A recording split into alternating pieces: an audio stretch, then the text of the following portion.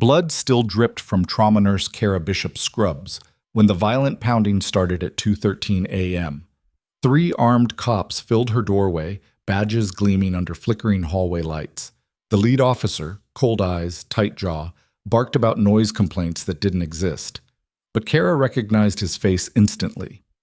6 years ago, in a classified military field hospital outside Kandahar, she'd logged evidence that should have ended his career. Now, he stood outside her Seattle apartment with a gun on his hip and lies on his tongue, and the exhausted combat medic he thought he could intimidate was about to become the witness who destroyed everything he'd built. Before we dive in, I need your help. Follow this story all the way to the end, smash that like button, and drop a comment telling me what city you're watching from so I can see just how far this story travels.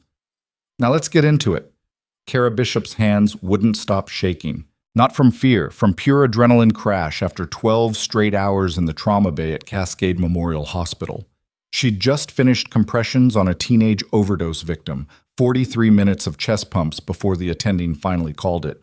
And now her muscles burned like she'd run a marathon through broken glass. The elevator ride up to her apartment felt like swimming through concrete. 3rd floor, end of the hall, same brown door she'd been coming home to for 8 months since moving to Seattle. Nothing special. Just cheap rent in a building that smelled like old curry and cigarette smoke that tenants pretended wasn't there. She fumbled her keys twice before getting the lock open. Inside, darkness swallowed her whole. Kara didn't bother turning on lights, just kicked off her sneakers, peeled off her blood-stained scrubs, and collapsed onto the couch in her sports bra and underwear. The fabric of the couch felt like sandpaper against her skin, but she was too exhausted to care. Her phone buzzed. Text from Danny, one of the ER residents. "You good?" That last code was rough. She typed back, "Yeah, just need sleep," but sleep wouldn't come. It never did after the bad shifts. Instead, Kara lay there staring at the water-stained ceiling, listening to the couple upstairs argue about money again. Same fight every week. Same threats to leave. Same cycle of screaming followed by makeup sex that shook the light fixtures. She thought about her own cycle. Military to civilian. Combat medic to trauma nurse. Classified operations to insurance paperwork. 6 years ago, she'd been treating blast injuries in field hospitals, where temperatures hit 120 degrees and mortar rounds landed close enough to rattle your teeth. Now she fought with insurance companies over CT scan approvals. The transition had been harder than anyone warned her about. Her phone buzzed again. Different number this time. Unknown. She ignored it. Then it rang. Kara groaned and checked the screen. Still unknown. Probably some spam call about her car's extended warranty. She hit decline and tossed the phone onto the coffee table. Silence returned. That's when the pounding started. Not knocking, pounding. Boom! Boom! Boom! Hard enough to rattle the hinges. Kara bolted upright, heart suddenly racing. "Open this door now!" Male voice, aggressive, authority dripping from every syllable. She grabbed her phone and checked the time, 2:13 a.m. "Police! Open the door, or we're forcing entry!" Kara's combat training kicked in before her conscious mind caught up. She rolled off the couch, staying low, and grabbed the first thing within reach, a heavy medical textbook from her nursing school days. Not much of a weapon, but better than nothing. She crept toward the door, bare feet silent on the cheap laminate flooring. Through the peephole, she saw 3 figures in dark uniforms, Seattle PD patches visible on their shoulders. 2 younger cops flanked an older one in the center, the one doing all the shouting. The lead officer had his hand resting on his service weapon. "Ma'am, this is your final warning." Kara's mouth went dry. She hadn't made any noise. Hadn't had visitors in weeks. The apartment had been silent except for the couple upstairs. "What's this about?" she called through the door, keeping her voice steady. "Noise complaint. Open up." "I just got home. I haven't made any noise." "We received multiple calls about loud music and shouting. Now open this door." Kara's eyes narrowed. She'd been a combat medic attached to special operations teams. She knew when someone was lying, and this cop was lying. "Can I see your badge number?" The lead officer's face darkened. Even through the fisheye lens of the peephole, she saw his jaw clench. "You refusing to cooperate?" "I'm asking for your badge number." "Mason Reeves, badge 4792. Now open this damn door before I add obstruction to your charges." Kara's blood turned to ice. Mason Reeves. That name. She knew that name. Her mind flashed back 6 years. Desert heat. smell of diesel and antiseptic. The field hospital outside Kandahar, where she'd worked as a medic attached to an intelligence unit. They'd treated everyone, coalition forces, contractors, even detained persons when the situation required it. One night, they'd brought in a detainee with injuries that didn't match the official report. Broken ribs, cigarette burns, signs of systematic abuse. Kara had documented everything in her medical logs, including the name of the contractor who delivered the prisoner, Mason Reeves. She'd filed a formal complaint through her chain of command. The investigation had disappeared within a week. Reeves had vanished from the base shortly after, and now he was standing outside her apartment door wearing a Seattle police uniform. "Ma'am." One of the younger officers spoke up, voice quieter. "Please just cooperate. We can sort this out." Kara didn't move. Her eyes tracked to the security camera mounted at the end of the hallway, red light blinking, recording. Reeves kept glancing at it, like he didn't want to be seen. That's when Kara realized this wasn't about a noise complaint at all. She backed away from the door slowly, moving toward her bedroom. Her hands found her phone. She opened the Emergency Contacts app, the one provided by Veterans Affairs for former service members with security clearances. She tapped the panic button, then she dialed 911. 911, what's your emergency? This is Kara Bishop, 2847 Westlake Avenue, apartment 3C. There are 3 police officers at my door claiming a noise complaint that I didn't make. Can you verify there's an active call at this address? Pause on the other end, keyboard clicking. "Ma'am, I'm showing no disturbance calls for your address tonight." Kara's pulse slowed, the combat calm settling over her like a familiar jacket. The lead officer identified himself as Mason Reeves, badge 4792. "Can you confirm he's on duty?" More clicking, longer pause. "Ma'am, stay on the line. I'm connecting you to a supervisor." Outside the door, Reeves kept pounding. "Last chance, open up or we're coming in." The younger cop spoke again, lower this time. "Man, I don't know about this. She sounds calm. Maybe we should—" "Shut up and do your job," Reeves snapped. Kara pressed her ear against the door, phone still at her other ear. The 911 supervisor came on the line. Female voice, clipped and professional. "Ms. Bishop, this is Sergeant Ramirez. I need you to stay exactly where you are. Do not open the door. Do you understand?" "Yes." "How many officers are outside?" 3? "Armed?" "Yes."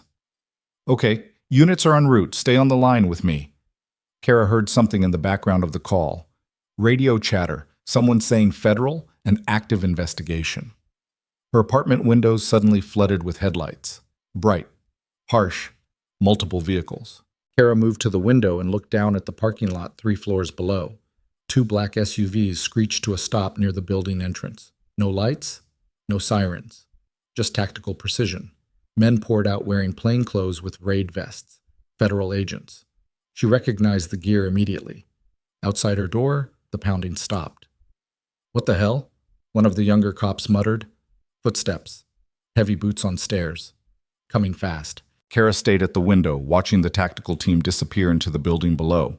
Then voices in the hallway, loud, authoritative. "Federal task force, hands where we can see them." "What? We're Seattle PD. What's going on? Step away from that door, now!"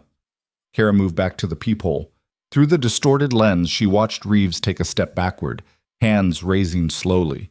His face had gone pale. One of the federal agents, tall, black guy with graying temples, stepped directly up to her door and spoke clearly. "Ms. Bishop, Special Agent Marcus Webb, Defense Criminal Investigative Service. Do not open this door. Officer Reeves is under active federal investigation. You are not in any danger." Kara's hand trembled as she held the phone. "Ma'am?" The 911 supervisor was still on the line. "Federal agents are on scene. You're safe now." "What's happening?" "I can't provide details, but you're no longer in danger. Stay inside until Agent Webb gives you the all clear." Kara watched through the peephole as more agents flooded the hallway. Reeves tried to walk toward the stairwell. 2 agents grabbed him immediately, spinning him against the wall. "Hands behind your back." "I'm a police officer. This is assault. You're under arrest. You have the right to remain silent." The younger cop stood frozen, hands raised, looking completely lost. One of them stammered, We We were just responding to a call. Dispatch sent us. Dispatch didn't send anyone. Agent Webb cut him off. Check your logs. The younger cop pulled out his radio, face confused. Agent Webb turned back to Kara's door. Miss Bishop, I know you remember Afghanistan. I know you remember filing that complaint. We need to talk. Kara's legs nearly gave out. They'd found him. After 6 years, someone had finally found him. Reeves shouted from the hallway, voice cracking. She's setting me up. She's been planning this. You disabled your body camera before arriving at this building, Agent Webb said flatly. Your 2 colleagues didn't. We have everything on video. Kara heard a phone buzzing. Reeves's phone. Agent Webb pulled it from Reeves's belt and glanced at the screen. His expression darkened. Jesus Christ, he muttered. Another agent stepped forward. What is it? Photos, videos, dozens of addresses, all women living alone. The hallway went dead silent. One of the younger cops looked like he might throw up. How long? He whispered. At least 3 years, Webb said. Maybe longer. Kara pressed her forehead against the door, bile rising in her throat. Reeves had been hunting, using police resources, police authority, a badge and a uniform to terrorize women who had no reason to question his legitimacy. And she'd almost been next. Doors started opening up and down the hallway. Neighbors peering out, phones recording. An older woman in a bathrobe gasped. Is that the officer who came by last month asking about the single women in the building? Agent Webb's head snapped toward her. When was this? 3 weeks ago. Said he was doing a safety check after some break-ins. Ma'am, I'm going to need you to come down to the federal building tomorrow and give a formal statement. More neighbors emerged. A college student. He knocked on my door 2 weeks ago saying someone reported me for suspicious activity. A young mother. He asked me if I lived alone. I told him my husband was military, deployed. He wrote down my apartment number. Agent Webb pulled out a notepad, writing furiously. Reeves slumped against the wall, cuffed now. His face had gone from pale to gray. You're done, Webb told him quietly. Every woman you targeted, every database search you ran, every badge you abused. We have it all. Reeves said nothing. One of the agents emerged from the stairwell holding evidence bags, found his personal vehicle, surveillance equipment, long-range camera, audio recording devices. Webb nodded slowly. Add unlawful surveillance to the charges. He turned back to Kara's door. Miss Bishop, I'm going to need you to open up now. We need your statement. Kara's hand shook as she unlocked the deadbolt. The door swung open. Agent Webb stood there, credentials in hand, face grim but not unkind. Behind him, Reeves lifted his head, meeting Kara's eyes for the first time. She stared back. No fear, no trembling, just the cold professional calm of someone who'd spent years treating wounded soldiers while bullets cracked overhead. You picked the wrong door, she said quietly. Reeves looked away first. Webb gestured toward her living room. Can we come in? Kara nodded, stepping aside. 3 agents entered, Webb and 2 others, one carrying a laptop, the other a recording device. I need to grab some clothes, Kara said, gesturing at her sports bra and underwear. Of course. Take your time. She disappeared into her bedroom, hands still shaking now that the adrenaline was crashing. She pulled on sweatpants and a tank top, then splashed cold water on her face from the bathroom sink. In the mirror, she looked exactly like she felt, exhausted, hollowed out, running on fumes and muscle memory. She'd spent 6 years trying to forget Afghanistan, and Afghanistan had just shown up at her door wearing a police uniform.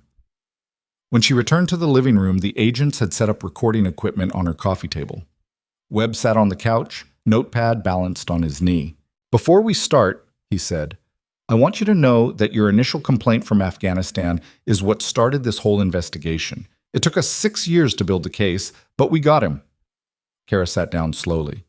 How did you find him? After your complaint, Reeves disappeared from military contracting. We assumed he'd gone private sector, maybe overseas. But 2 years ago, a veteran filed a police brutality complaint in Tacoma. The investigating officer noticed similarities to an old military case, started pulling threads. One thread led to another. We discovered Reeves had gotten himself hired at 3 different police departments using fake references and sealed records. 3 departments? Seattle's the 3rd. He lasted 8 months here before we caught up. The other agent, a woman with red hair pulled back in a tight bun, opened her laptop.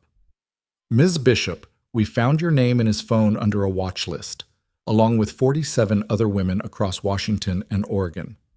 Kara's stomach dropped. 47. All veterans, all living alone, all with medical backgrounds. The pattern clicked into place. Reeves had been targeting women like her. Women trained to stay calm under pressure. Women who wouldn't panic. Women who might recognize him from his military contracting days and become witnesses. He'd been eliminating threats. How many did he... Kara couldn't finish the question. We don't know yet, Webb admitted, but we have evidence linking him to at least 12 home invasions over the past 3 years. The victims were too scared to report. He threatened them with arrest if they talked. Kara's hands clenched into fists. Webb leaned forward. Your 911 call tonight triggered an automatic alert in our system. We've had Reeves under surveillance for 3 weeks, waiting for him to make a move. Tonight, he did. And you just helped us catch him in the act. The other 2 cops? Clean. They thought they were responding to a legitimate call. Reeves fed them false information, told them dispatch had sent them. They had no idea. The red-haired agent pulled up a video file on her laptop. We need you to watch this and confirm the timeline. She hit play. Body camera footage from one of the younger officers. Kara watched herself through the peephole, heard her own voice asking for badge numbers, saw Reeves's hand drift toward his weapon, watched him glance at the hallway camera repeatedly. Then she saw something she'd missed in the moment.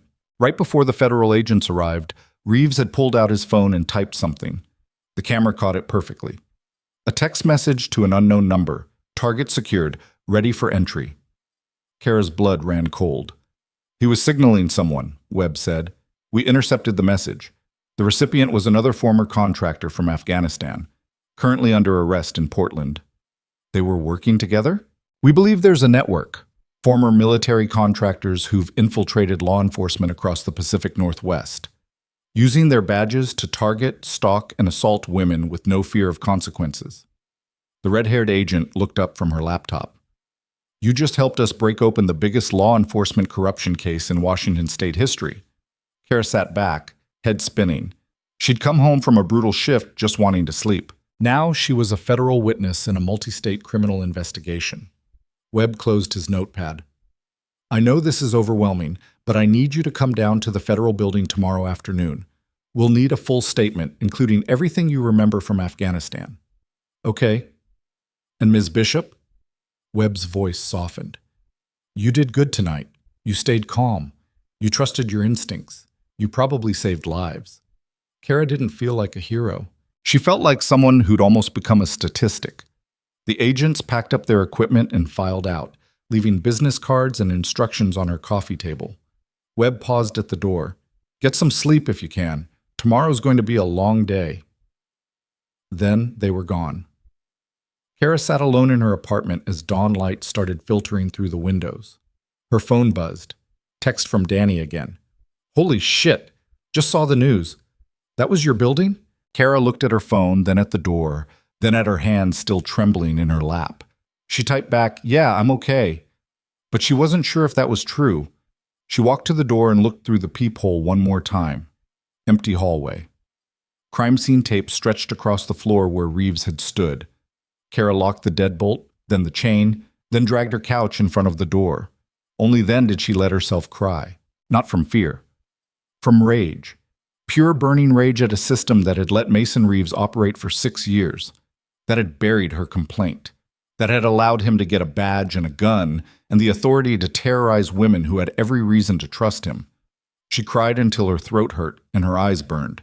Then she stood up, wiped her face, and walked to her bedroom. On her nightstand sat a photo from her Afghanistan deployment, her old medical unit. 15 soldiers smiling in desert camouflage, exhausted but alive. She'd saved lives then. Maybe she'd just saved more now. Kara climbed into bed fully clothed and closed her eyes. Sleep finally came. But in her dreams, she heard the pounding again. Boom, boom, boom. And this time, she knew exactly who was on the other side. When Kara woke 6 hours later, sunlight stabbed through her bedroom blinds like accusation. Her phone showed 43 missed calls and 100+ text messages. The first one that caught her attention came from an unknown number at 9:47 a.m. "This is Captain Linda Voss, Seattle PD Internal Affairs. We need to speak immediately." Kara sat up too fast. Her head spun. She'd gotten maybe 4 hours of actual sleep between the nightmares. Another text followed seconds later. "Federal Building, noon. Agent Webb is waiting." She checked the time. 10:38 a.m. Her shift at Cascade Memorial started at 7 p.m. That gave her 8 hours to become a federal witness, give testimony about events she'd spent 6 years trying to forget, and somehow not fall apart before she had to go back and save lives. The shower ran cold before the hot water kicked in. Kara stood under the spray, letting it beat against her shoulders while her mind cataloged everything that needed to happen next. Statement, documentation, lawyers probably, media definitely, if last night's scene in her hallway meant anything. She dressed in jeans and a plain black sweater.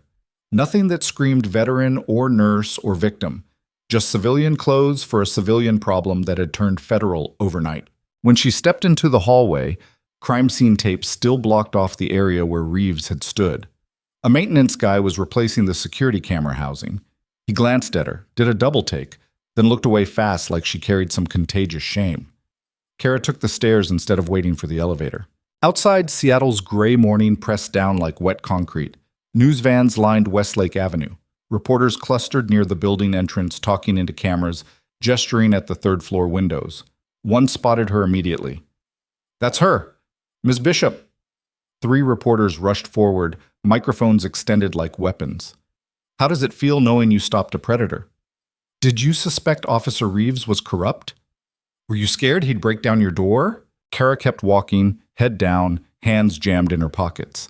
A female reporter blocked her path. "Our viewers want to know, why didn't you just open the door?" Kara stopped, looked up, met the woman's eyes directly. "Because I'm not stupid." She stepped around the reporter and kept moving. Behind her, cameras clicked like insects. The federal building downtown looked exactly like every government structure Kara had ever entered. Concrete, glass, American flags, security checkpoints designed to make you feel both protected and suspected simultaneously. Agent Webb met her in the lobby. He looked tired. Probably hadn't slept either. "Thanks for coming," he said, scanning his badge at the security turnstile. "We've got a lot to cover." They rode the elevator to the 7th floor in silence. Webb kept checking his phone, frowning at whatever messages appeared. "Problem?" Kara asked. "Just coordinating with Portland and Tacoma. This thing's bigger than we thought."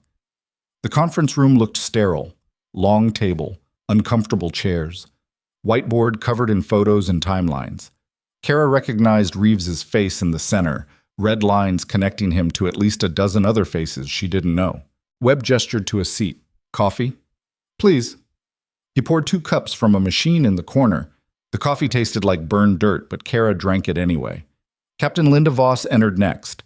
Sharp features, iron gray hair, eyes that calculated every detail in 3 seconds flat. She wore civilian clothes instead of a uniform, probably to avoid making this feel like an interrogation. "Ms. Bishop," Voss extended her hand. "Internal Affairs. I'll be overseeing Seattle PD's cooperation with the federal investigation." They shook. Voss had the grip of someone who'd spent years proving she belonged in rooms full of men who didn't want her there. "Before we start," Voss continued, sitting down across from Kara, "I want you to understand that Seattle PD had no knowledge of Officer Reeves's activities. We're treating this as a complete failure of our vetting process." "How'd he get hired?" Kara asked. Voss's jaw tightened. Falsified references. Sealed military records that shouldn't have been sealed.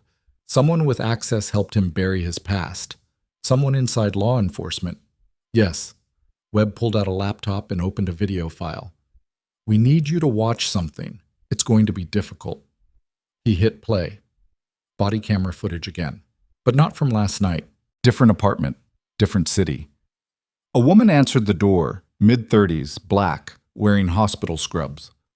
Officer Reeves stood in the hallway making the same noise, complaint, accusation. The woman looked confused. "I just got home from work. I haven't—" "Step outside, ma'am." "Can I see some ID first?" Reeves's hand moved to his weapon. "Step outside now." The woman complied, clearly scared. Then the footage cut to another apartment. Different woman. Same scenario. Same threats. Same hand drifting toward the gun. Webb paused the video. We've identified 9 victims across 3 cities, all women, all living alone, all with medical or military backgrounds. Reeves used the same pattern every time. Show up late at night, claim noise complaints, escalate to force entry. What happened to them? Kara's voice came out flat. Voss answered. The ones who opened their doors were assaulted. He'd disable his body camera, force entry, and attack. Then threaten them with arrest if they reported it. Kara's coffee cup trembled in her hand. She set it down carefully. The ones who didn't open their doors? He'd file false reports claiming they assaulted him, get them arrested, destroy their credibility before they could talk. Why medical backgrounds? Webb leaned forward. We think he was targeting people trained to stay calm under pressure, people who might recognize him from Afghanistan. He was eliminating potential witnesses. By terrorizing them into silence? Yes. Kara stared at the frozen video frame. Reeves's face caught mid-snarl, hand on his weapon, every inch the predator wearing a badge. You said there's a network. Webb nodded. We believe at least 6 former military contractors have embedded themselves in law enforcement across Washington, Oregon, and Idaho. They're using police databases to identify targets, coordinate attacks, and cover each other's tracks. Voss pulled out a folder thick with documents. Your complaint from Afghanistan is the only official record that exists linking any of them to misconduct. Everything else got buried or destroyed. Until now, Webb added. Kara looked between them. What do you need from me? Everything you remember, Voss said. Dates, names, events, every detail about that night in Kandahar when you treated the detainee with the cigarette burns. The memory rushed back unbidden. Desert heat, generator noise, the smell of blood and antiseptic. A man strapped to a gurney with injuries that told a story of systematic torture. Kara had been 23 years old, fresh out of medic training, still believed the system would protect people who did the right thing. His name was Tariq, she said quietly. Local interpreter. He'd been detained on suspicion of feeding intelligence to insurgents. When they brought him in, he had 3 broken ribs, second-degree burns on his chest and arms, and a fractured jaw. Webb typed notes rapidly. The contractor who delivered him said Tariq had resisted arrest, but the injury patterns didn't match. Broken ribs from baton strikes, not tackles. Burns from cigarettes held deliberately, not accidental contact. The jaw fracture came from repeated blows to the face. Did you document this in your medical report? Voss asked. Every detail, photos, measurements, timeline, I logged everything according to protocol. And then, I filed a formal complaint through my commanding officer, Major Patterson. He said he'd forward it up the chain. 2 days later, Reeves disappeared from the base. A week after that, I got pulled into a meeting with JAG lawyers who told me the complaint had been withdrawn due to insufficient evidence. Who withdrew it? They never said, just told me the matter was closed and I should focus on my duties. Webb's expression darkened. Major Patterson retired 8 months after your deployment ended, moved to Boise, bought a house worth 3 times his pension salary. The implication hung heavy in the air. Kara felt something cold settle in her chest. He was paid off. We're investigating, Voss said carefully. But yes, that's our working theory. A knock at the conference room door interrupted them. Another agent poked his head in. Younger guy, nervous energy radiating off him like heat. Webb, Portland just called. They found another victim. She's willing to talk. Webb stood immediately. How recent? 3 weeks ago. She's a paramedic. Reeves showed up at her apartment claiming she'd been reported for domestic disturbance. Kara's stomach clenched. 3 weeks ago. Right around the time neighbors reported Reeves asking about single women in her building. Webb looked at Kara. We need to take this. Can you wait here? Yeah. He and the younger agent disappeared into the hallway, voices fading. Voss stayed behind, studying Kara with calculating eyes. You handled yourself well last night, she said after a moment.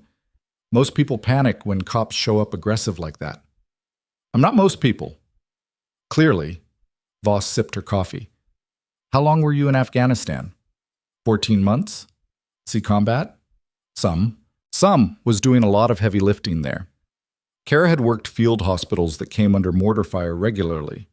had treated soldiers with limbs blown off by IEDs, had held pressure on neck wounds while helicopters circled overhead looking for landing zones. Voss seemed to read between the lines. You ever think about going back? To Afghanistan? To the military? Kara laughed without humor. They made it pretty clear they didn't want people who filed complaints. That was 6 years ago. Different administration now, different priorities. Doesn't matter, I'm done with that world. Voss nodded slowly. Shame. We could use more people like you. Before Kara could respond, her phone buzzed. Text from Danny. Where are you? Hospital's going crazy. News crews everywhere asking about you. She typed back, Federal building, giving statement. I'll be there for my shift. Danny. Director wants to talk to you first, says it's urgent. Kara closed her eyes. Of course the hospital director wanted to talk. Probably worried about liability, about media coverage, about whether having a federal witness on staff would create problems. She showed the text to Voss. You need to go? Voss asked. Not yet. Want to finish this first. Voss's expression softened slightly. For what it's worth, you didn't do anything wrong. Not last night, not in Afghanistan. You followed protocol, filed the right reports. The system failed you, not the other way around. Doesn't feel that way. It never does. Webb returned 20 minutes later with a legal pad covered in fresh notes. He looked grim. Portland victim confirms the same pattern, he said, sitting back down. Reeves showed up at 2 a.m., claimed noise complaint, threatened forced entry. She opened the door because he was wearing a police uniform, and she didn't know she could refuse. What happened? Kara asked, though she already knew the answer. He assaulted her. Told her if she reported it, he'd arrest her for attacking an officer. She believed him. Stayed silent for 3 weeks until she saw the news this morning about your case. Kara's hands clenched into fists under the table. Webb continued. We're expecting more victims to come forward now that the story's breaking. Could be dozens. Maybe more. Jesus. Yeah, Webb rubbed his face tiredly. We need you to testify. Grand jury first, then trial if it goes that far. When? Grand jury's in 2 weeks. Trial probably 6 months out, depending on how fast his lawyers try to stall. Kara nodded. 6 months of reliving last night. 6 months of being the federal witness who brought down a cop. 6 months of reporters camped outside her apartment. I'll do it, she said. Voss pulled out another document. You should know, Reeves's attorney is already claiming entrapment. Says you're a disgruntled veteran with a grudge who set him up. That's insane. Doesn't matter if it's insane. Matters if a jury believes it. Voss slid the document across the table. His lawyer's name Marcus Drucker. Used to be a prosecutor. Now he specializes in defending cops accused of misconduct. Very good at his job. Kara scanned the document. A preliminary defense filing claiming Reeves had been responding to a legitimate dispatch call and that Kara's refusal to cooperate constituted obstruction. This is all lies. Yep. Webb leaned back in his chair. But Drucker will argue that you had motive to frame Reeves because of your prior complaint. He'll paint you as unstable, a troubled veteran who couldn't adjust to civilian life, someone with an axe to grind against law enforcement. Let him try. Voss raised an eyebrow. You sure about that? These defense attorneys are brutal. They'll dig into every aspect of your life, medical history, employment records, relationships, everything. I don't care. He almost broke into my apartment. He terrorized other women. He needs to be in prison. Something shifted in Voss's expression. Respect, maybe, or recognition of someone who understood exactly what fighting back would cost. Okay, Sam, she said. Then we prep you for testimony. Full deposition tomorrow. Media training next week. And you need to hire a lawyer. I thought the federal prosecutors, they'll prosecute Reeves, but you need someone representing your interests specifically. Trust me on this. Webb pulled out a business card. Ellen Nakamura, defense attorney turned victim advocate. She specializes in cases like yours. I'll have her call you tonight. Kara took the card, studying the embossed lettering. One more name, one more piece of machinery grinding into motion around her. Anything else? Yeah. Webb's expression turned serious. You're going to get threats. Anonymous calls, emails, social media harassment. Cops have friends. Reeves has friends. They're going to come after you. I can handle it. Can you? Voss asked bluntly. Because we've seen witnesses crack under the pressure, start drinking, stop sleeping, have breakdowns. You need support systems in place. I've got people. Do you? Voss leaned forward. Because from what I've seen, you're pretty isolated. No family in Seattle, no romantic partner. Your closest relationship is with a resident at work who texts you about codes. Kara felt her face flush. You've been investigating me? We investigate everyone involved in federal cases. It's not personal. Feels personal. It's not. Voss's voice stayed level. But if you're going to be our star witness, we need to know you can withstand scrutiny. Defense attorneys will exploit any weakness. So will dirty cops trying to intimidate you into silence. I said I can handle it. We'll see.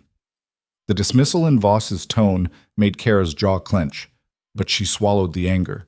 Getting defensive would only prove Voss's point. Webb stood, signaling the meeting's end. We'll be in touch about the deposition. Meantime, keep your head down.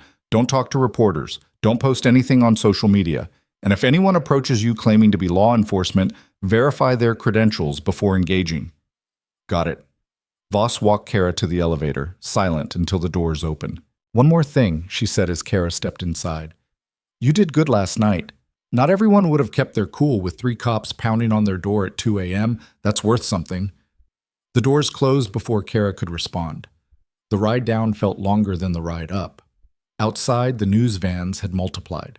At least a dozen now, satellite dishes extended like metal flowers seeking sun. Reporters spotted her immediately. Ms. Bishop, did you know Officer Reeves before last night? Are you filing a civil lawsuit? What do you want to say to other victims? Kara pushed through the crowd without answering, focusing on the parking garage entrance 50 feet ahead. A male reporter grabbed her arm. Just one question. Kara spun, yanking her arm free. Don't touch me. The reporter stepped back, hands raised. Sorry, No means no, even for reporters. Cameras clicked frantically. Someone laughed. The reporter's face went red. Kara kept walking. Her car, a beat-up Honda Civic with 200,000 miles and a check engine light that had been on for 6 months, sat in the garage's 3rd level. She climbed inside, locked the doors, and sat there breathing hard. Her phone rang. Unknown number. She declined the call. It rang again immediately. Different unknown number. Declined. 3rd time. Another unknown number. Kara turned the phone off completely and started the engine. The drive to Cascade Memorial took 20 minutes through downtown traffic.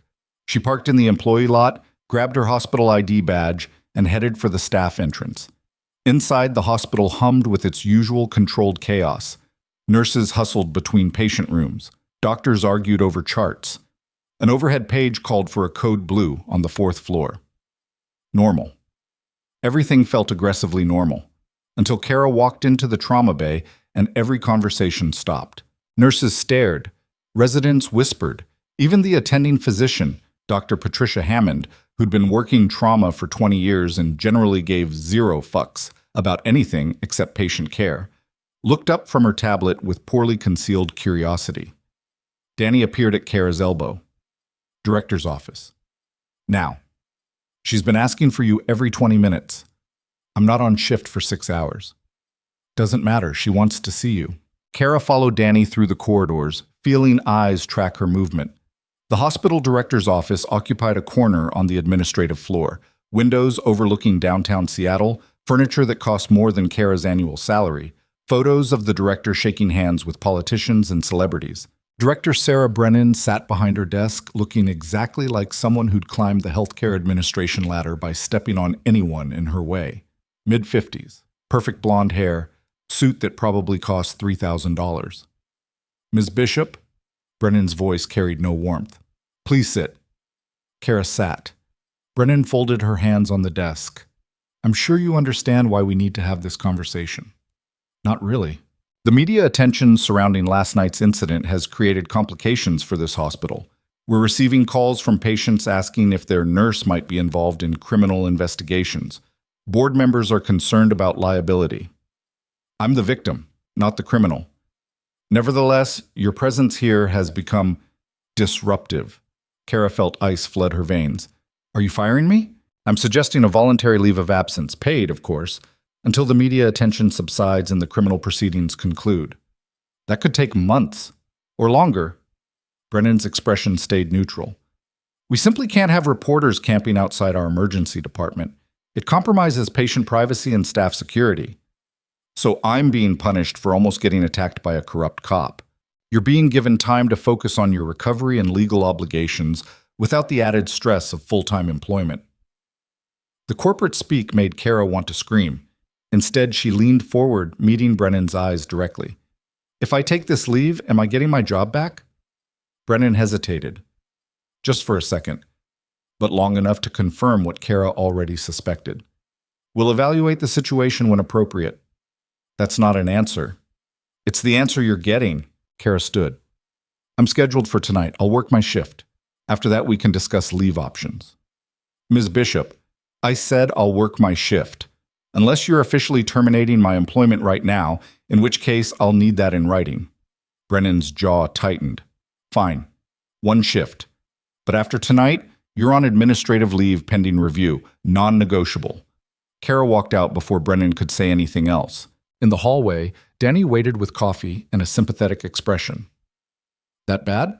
He asked. Worse. Want to talk about it? Not even a little. They walked back toward the trauma bay in silence. Kara's shift didn't start for another 5 hours, but she couldn't go home. Couldn't face her apartment with its crime scene tape and reporters lurking outside. So she did what she always did when life spiraled beyond control. She found work. Supply closet needed restocking. Medication room needed inventory. Charts needed updating. Busy hands kept the mind from spinning too far into dark places. Around 5 p.m., the trauma bay got its first major case of the evening.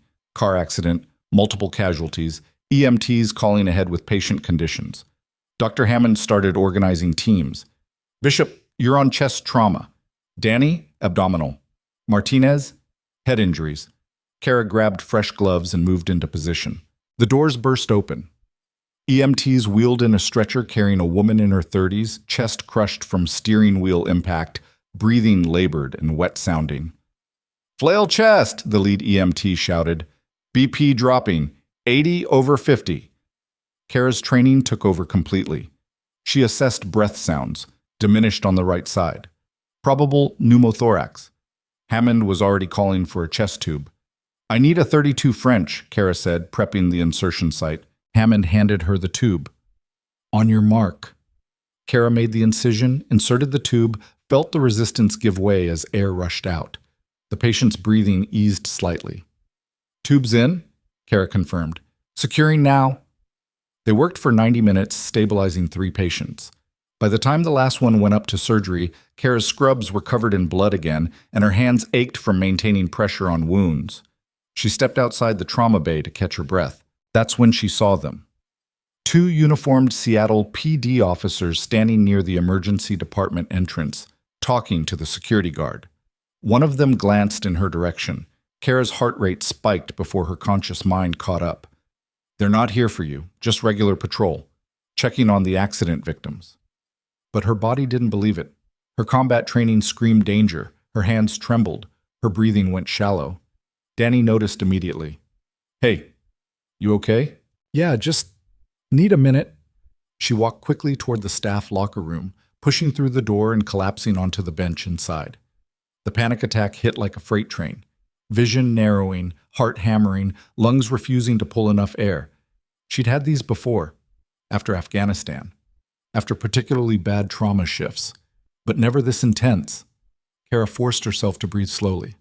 Count to 4 inhaling, hold, count to 4 exhaling. It took 10 minutes before the shaking stopped. When she finally emerged, Danny was waiting outside with water and granola bars. Panic attack? He asked quietly. How'd you know? My sister's a veteran. She gets them too.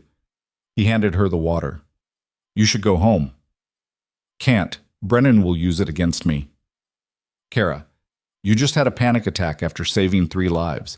Nobody's going to blame you for leaving early. They will. Trust me. She finished her shift. 8 more hours of trauma care, medication administration, and patient assessments. By the time 7 a.m. rolled around, she could barely stand.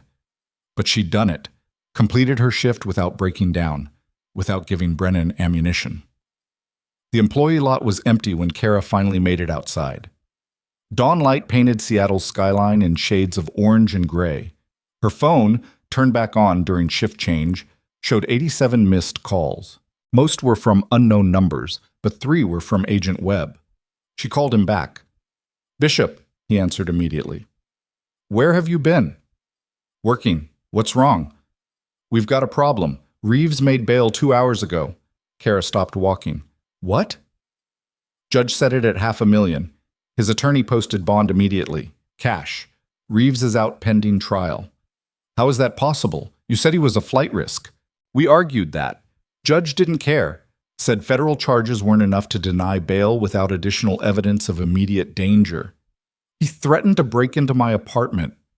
"I know. We're appealing. But right now, he's free." Kara's legs nearly gave out. She leaned against her car for support. "Does he know where I live?" "Yes. Which is why I'm calling. You need protection. We can arrange a safe house." "No." "Bishop, listen to me. I'm not hiding. I didn't do anything wrong. This isn't about right or wrong. This is about keeping you alive long enough to testify. I'll be careful." "Careful isn't enough." Webb's frustration bled through the phone. "Reeves has resources, friends in law enforcement, people who owe him favors. If he decides you're too dangerous to let live, careful won't save you." Kara closed her eyes, exhaustion finally overwhelming adrenaline. "What do you want me to do?" "Come back to the federal building. We'll set you up somewhere secure until the trial." "I have a job, a life." "You have a target on your back. Pick which one matters more." The line went dead. Kara stood in the parking lot watching the sunrise and trying to decide if she was brave or just too stubborn to admit when she was in over her head. Her phone buzzed again. Text from unknown number. "You made a big mistake." Then another. "People like you don't get to win." Then another. "Watch your back." Kara deleted them all and climbed into her car. She drove home on autopilot, mind spinning through scenarios. Safe house meant abandoning everything, meant letting fear dictate her choices, meant proving everyone right who said she couldn't handle the pressure. But staying meant risk. Real, immediate, potentially fatal risk. When she pulled into her apartment building's lot, a black sedan sat parked across from her usual spot. Engine running, windows tinted. Kara's hands tightened on the steering wheel. The sedan's driver door opened. A man stepped out wearing civilian clothes, but his bearing screamed military. Straight posture, controlled movements, eyes that calculated threats automatically. He walked directly toward her car. Kara's hand moved to her phone, ready to dial 911. The man stopped 3 feet from her window and held up credentials. Defense Criminal Investigative Service. Same agency as Agent Webb. Kara rolled down her window slightly. "Can I help you?" "Agent Marcus Webb sent me. Name's Rodriguez. I'm your protective detail until this gets sorted out." "I didn't ask for protective detail." "You didn't have to. Federal witness in a high-profile corruption case gets protection whether they want it or not." Rodriguez's expression stayed neutral. "I'll be parked outside your building 24/7. If anyone approaches you, I intervene. If you need to go somewhere, I follow. Non-negotiable." Kara wanted to argue. Wanted to tell him she could handle herself. But another text came through from an unknown number. "Sleep tight." Rodriguez noticed her expression change. "More threats?" "Yeah." "Then I'm not going anywhere. You get used to me or you don't. Either way, I'm here." He walked back to his sedan and climbed inside. Kara sat there for a long moment, staring at her apartment building and wondering how her life had turned into this: federal protection, death threats, paid administrative leave, and a corrupt cop walking free on bail with nothing stopping him from finishing what he'd started. She finally dragged herself upstairs, Rodriguez's black sedan watching from below. Her apartment looked the same. Crime scene tape gone now, replaced by a notice from building management about recent security incidents. Kara locked the door, chained it, dragged the couch back in front of it. Then she stood at her window looking down at Rodriguez's sedan and realized something that made her blood run cold. If Reeves wanted her dead, a single federal agent in a parked car wouldn't be enough to stop him. And somewhere in Seattle, Reeves was making plans. Her phone rang. Unknown number again. This time she answered. Heavy breathing on the other end. Then a voice she recognized instantly. You really think they can protect you? Reeves asked. Kara's hand clenched around the phone. This call's being recorded. I know, don't care. Just wanted you to understand something. He paused. I've got friends, lots of friends, and eventually your protection's going to slip. Maybe today, maybe next week. But it will slip. You're going to prison, maybe, but you're not going to live long enough to see it. The line went dead. Kara stood frozen, phone still pressed to her ear, while outside Rodriguez's sedan sat parked in morning light, completely unaware that the threat had just called from a phone that shouldn't exist and made a promise that sounded less like bluster and more like inevitable fact.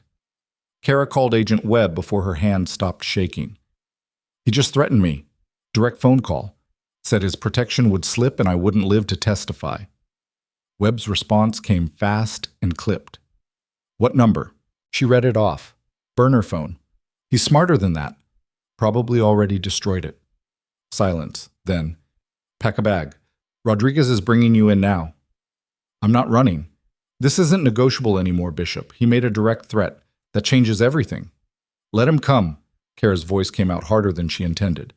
I want him to violate his bail conditions. Give you another charge to stack on. You want to be bait? I want this over. Webb exhaled slowly. That's not how this works. We don't use federal witnesses as bait. Ever. Then what's the plan? I hide for 6 months while he walks around free? While his lawyer drags this out? While more women stay silent because they think the system protects cops instead of victims? The system does protect cops. That's the whole problem we're trying to fix. Then let me help fix it. Another pause. Longer this time. You're serious, Webb said finally. Completely. This is a terrible idea. Probably, but it's my idea, my choice. Webb made a sound somewhere between a laugh and a groan. I need to talk to my supervisor. Don't do anything stupid until I call you back. The line went dead. Kara stood at her window watching Rodriguez's sedan below.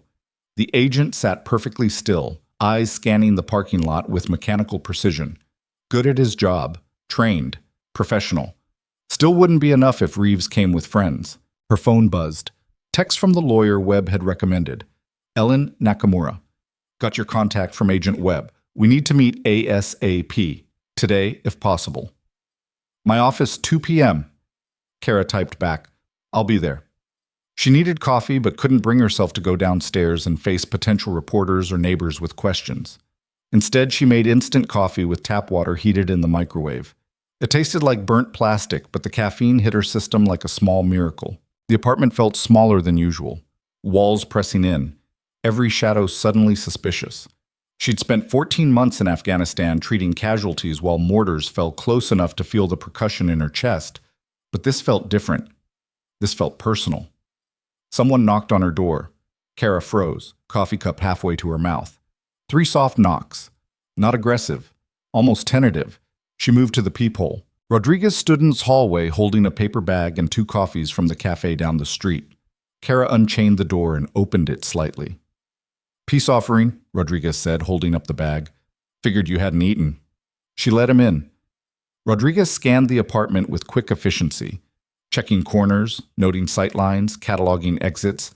Combat veteran, definitely. You were military, Kara said. Marines, 3 deployments, Iraq and Afghanistan. He set the coffee and food on her counter. Webb called, said you might try something heroic and stupid. He's sending backup. I don't need backup to live in my own apartment. You do now. Rodriguez pulled out his phone and showed her a photo. Recognize this vehicle? Dark blue pickup truck. Washington plates. Parked 3 blocks from her building. No. Registered to Travis Holcomb. Former military contractor. Worked with Reeves in Afghanistan. Currently employed as a security consultant in Tacoma. Rodriguez swiped to another photo. That's him.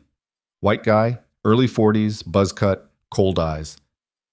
He's been circling your block every 2 hours since 6 a.m. Hasn't stopped. Hasn't approached. Just watching. Kara's stomach dropped. Webb know about this? That's why I'm here instead of in my car.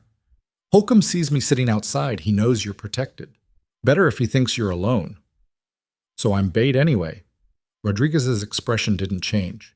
You're a witness under federal protection who happens to have excellent security that the suspects don't know about yet. There's a difference. Sounds like bait with extra steps. It's strategic positioning. Kara sipped the coffee, actual good coffee, not instant swill. How many of you are there? Can't tell you that. Why not? Because if you get grabbed and questioned, you can't reveal operational details you don't know. The casual way he said, if you get grabbed, made Kara's hands tremble again. She set the coffee down before she spilled it. Rodriguez noticed. You handled yourself well the other night. Most civilians panic when cops show up aggressive. You stayed calm, made good decisions. I'm not most civilians. I know, read your file. Combat medic attached to Army intelligence units, multiple commendations, treated casualties under fire. He paused. That's not easy work. Neither is this. No, but you already knew that when you filed the complaint 6 years ago. Kara looked at him sharply. How much of my file did you read? All of it. Standard procedure for protective details. Need to understand who I'm protecting and what threats they face. Rodriguez leaned against her counter. For what it's worth, you did the right thing back then, and you're doing the right thing now. Doesn't feel that way. It never does. That's what Captain Voss had said too. Maybe it was something they taught in federal training, comforting words for witnesses who'd just realized their lives would never be normal again. Rodriguez's phone buzzed. He checked it, expression tightening. Holcomb just made another pass, fourth one this hour. He's getting impatient. Good, let him get sloppy. Or desperate. Desperate's worse. Rodriguez moved toward the door. I'm setting up in the apartment across the hall. Building managers letting us use it as a staging area. You need anything? Knock 3 times fast. Otherwise, keep your door locked and stay away from windows. He left before Kara could argue. She stood alone in her apartment, feeling like a chess piece someone else was moving around the board. Except chess pieces didn't bleed when they got captured. The meeting with Ellen Nakamura was scheduled for 2 p.m. That gave Kara 4 hours to shower, change, and pretend she wasn't falling apart at the seams. She managed the first 2. The third proved impossible. Nakamura's office occupied the 15th floor of a downtown high-rise, with views of Elliott Bay and enough glass to make Kara feel exposed even from this height. The reception area had expensive furniture, abstract art, and a receptionist who looked like she'd stepped out of a fashion magazine. Ms. Bishop? The receptionist smiled with professional warmth. Ellen's ready for you. Second door on the left. Ellen Nakamura turned out to be mid-40s, Japanese-American, wearing a charcoal suit that probably cost more than Kara's car. But her handshake was firm, and her eyes were sharp in a way that suggested she didn't suffer fools or corrupt cops. Thanks for coming on short notice, Ellen said, gesturing to a leather chair. Coffee? Water? Water's fine. Ellen poured from a glass pitcher, then sat across from Kara with a legal pad already covered in notes. Agent Webb brought me up to speed, federal witness in a major corruption case. Threats escalating, subject released on bail despite obvious flight risk and witness intimidation concerns. Ellen tapped her pen against the pad. We need to talk about what comes next. Webb said you specialize in victim advocacy. I specialize in making sure witnesses don't get destroyed by the system they're trying to help. Big difference. Ellen leaned forward. Here's what you need to understand. Reeves's attorney, Marcus Drucker, is going to come after you hard. He'll file motions to dismiss based on entrapment. He'll subpoena your medical records looking for mental health issues. He'll argue you're an unreliable witness with a vendetta. And the media will eat it up because cop versus veteran makes great television. I don't care what the media says. You should, because public opinion influences juries. Drucker knows that. He'll leak selective details to friendly reporters, plant stories about your military service, suggest you have PTSD, make you look unstable. Kara's jaw clenched. I don't have PTSD. Do you have panic attacks? The question landed like a punch. Ellen's expression softened. I'm not attacking you. I'm preparing you for what Drucker will do. He'll find out about the panic attack you had at the hospital yesterday. Hospital security footage probably captured it. He'll argue it proves you're emotionally compromised and unreliable. That's not fair, no, but it's legal and effective. Ellen set down her pen. So here's what we do. We get ahead of it. I'll file a motion in limine to exclude any evidence of your mental health history as irrelevant to the facts of the case. We'll argue that Reeves's actions would cause anyone to experience trauma responses. We control the narrative before Drucker can weaponize it. Kara nodded slowly. Okay. Second issue, the threats you're receiving.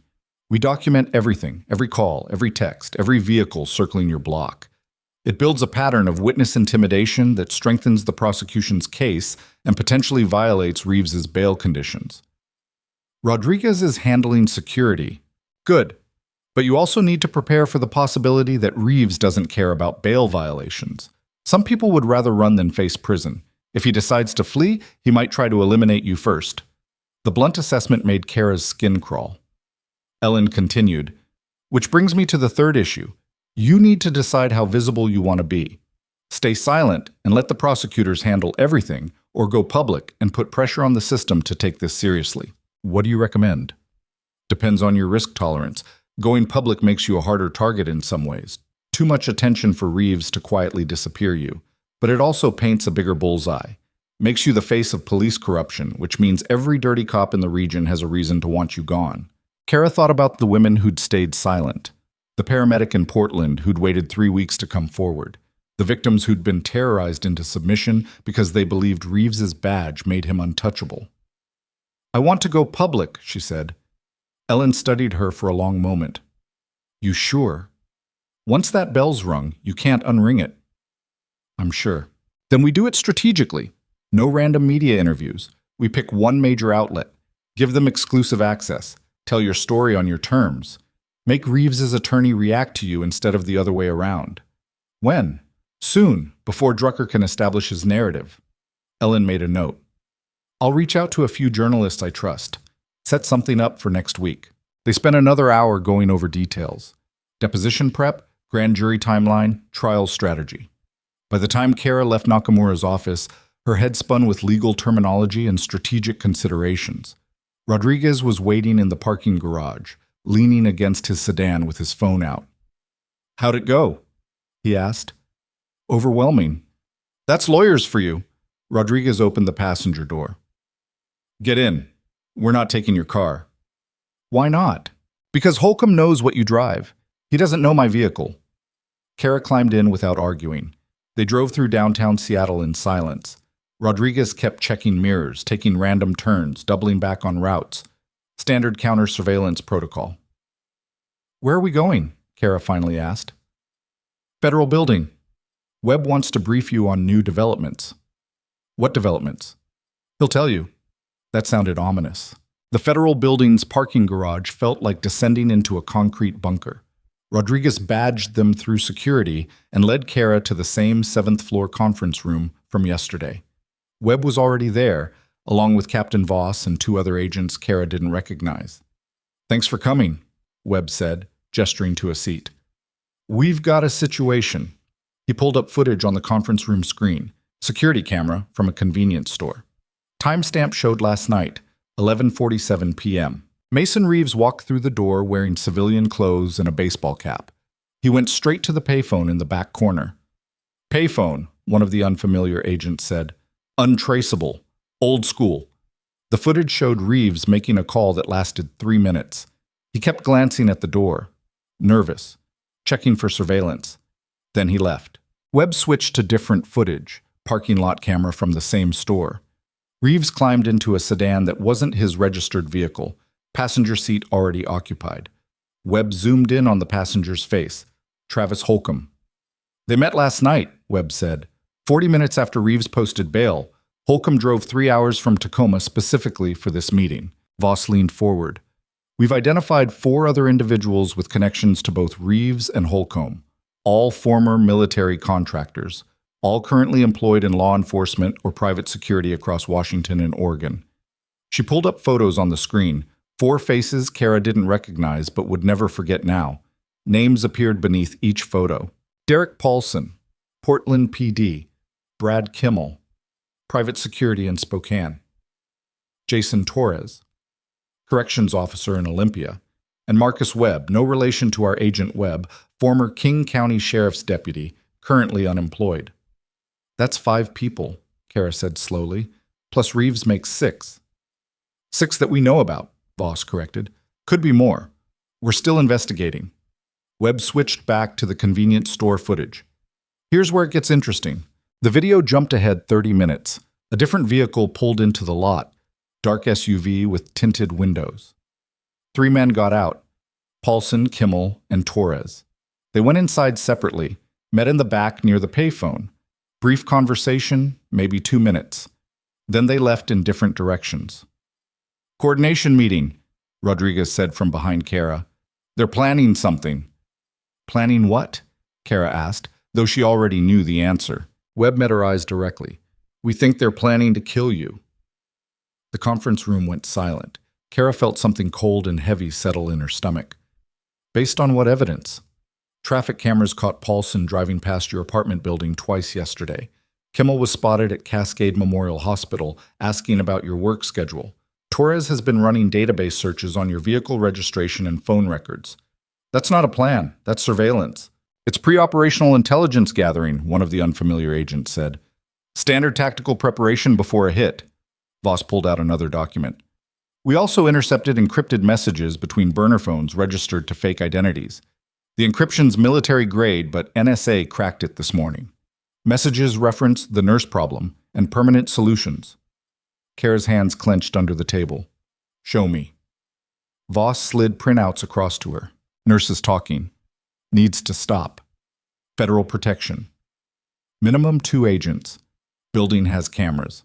Witnesses are easier to eliminate than prosecute. When? Soon. Before grand jury. The messages had timestamps. The most recent was from 3 hours ago. Kara looked up. Grand jury's in 2 weeks. Which gives them a narrow window, Webb said. They'll move fast, probably within the next 72 hours. So what's the plan? We move you to a federal safe house, tonight. Full protective custody until the trial concludes. For 6 months? However long it takes. Kara shook her head. No. Bishop, I said no. I'm not hiding for half a year while these guys walk around free making plans. That's not how this ends, Voss spoke up. Then how do you want it to end? Because right now, you're one woman against 6 trained operators who've already demonstrated willingness to abuse power and eliminate threats. The odds aren't in your favor. So improve the odds. How? Kara looked at each face around the table. Federal agents, police internal affairs, protective detail. People whose job was following rules and building cases through proper channels. You want to catch them planning a murder? Kara said slowly. But planning isn't the same as attempting. Conspiracy charges are harder to prove than attempted murder. Easier for lawyers to create reasonable doubt. Webb's expression shifted. What are you suggesting? Let them come. Absolutely not. Why not? You've got protective detail. You've got surveillance. You've got resources. Use me to draw them out. Catch them in the act. Get them all on camera, attempting to kill a federal witness. That's not conspiracy. That's attempted murder. Multiple counts. Stack so many charges they can't bail out. Rodriguez stepped forward. That's using you as bait. Webb already said we don't do that. You do it all the time with undercover operations. Those are trained agents. You're a civilian. I'm a combat medic who's been under fire. I can handle myself. Voss exchanged glances with Webb. She's not wrong about the evidence quality. Catching them in the act would be devastating to their defense. It would also be incredibly dangerous, Webb countered. One mistake and we've got a dead witness instead of a prosecution. So don't make mistakes. The room fell silent again. Finally, Webb rubbed his face tiredly. I need to run this up the chain. This is way above my authorization level. How long? Few hours. Maybe less. He looked at Kara directly. You understand what you're volunteering for? These guys are professionals, former special forces, trained killers. If something goes wrong, I know. No, I don't think you do. Because if something goes wrong, you don't just lose this case. You lose your life. And 6 corrupt cops walk away free because the witness is dead and can't testify.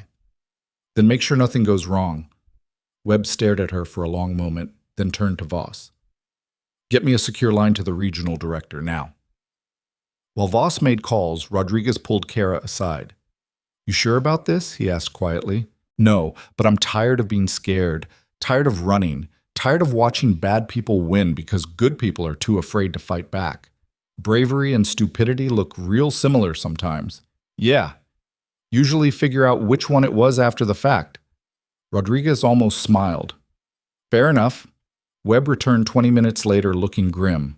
Regional director approved it, conditionally. We set it up as a controlled operation with overwhelming force backup. First sign of trouble, we move in.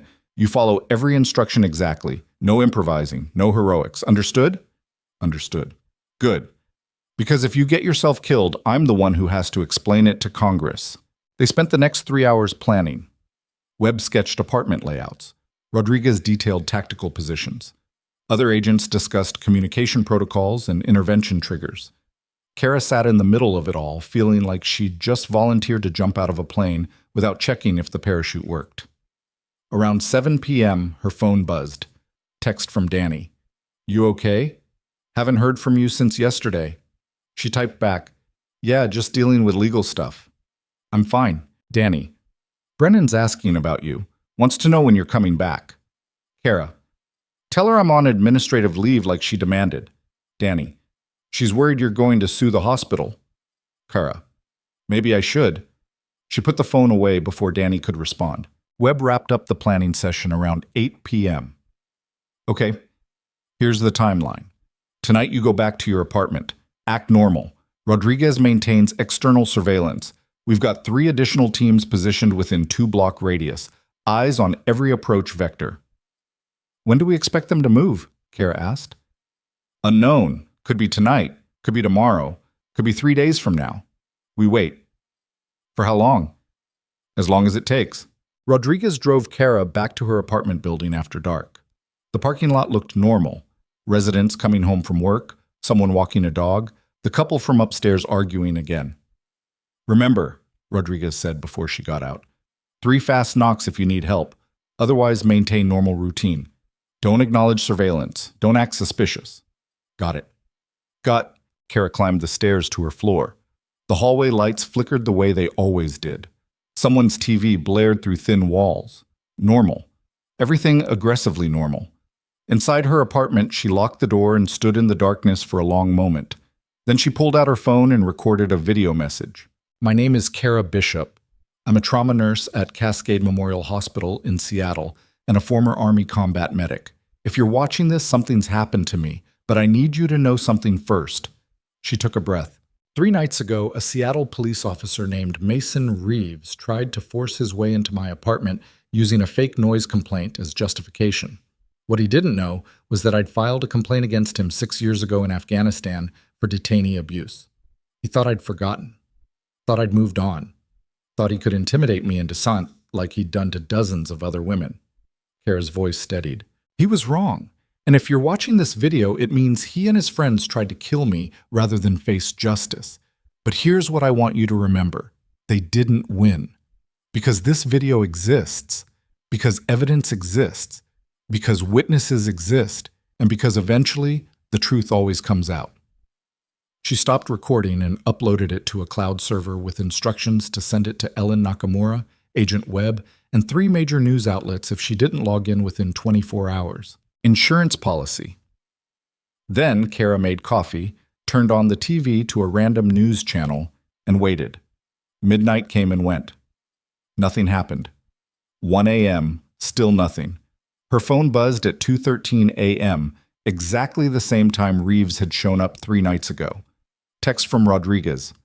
Movement, dark sedan, 3 occupants, circling your block. Kara's heart rate kicked up. She moved away from the windows, staying in shadows.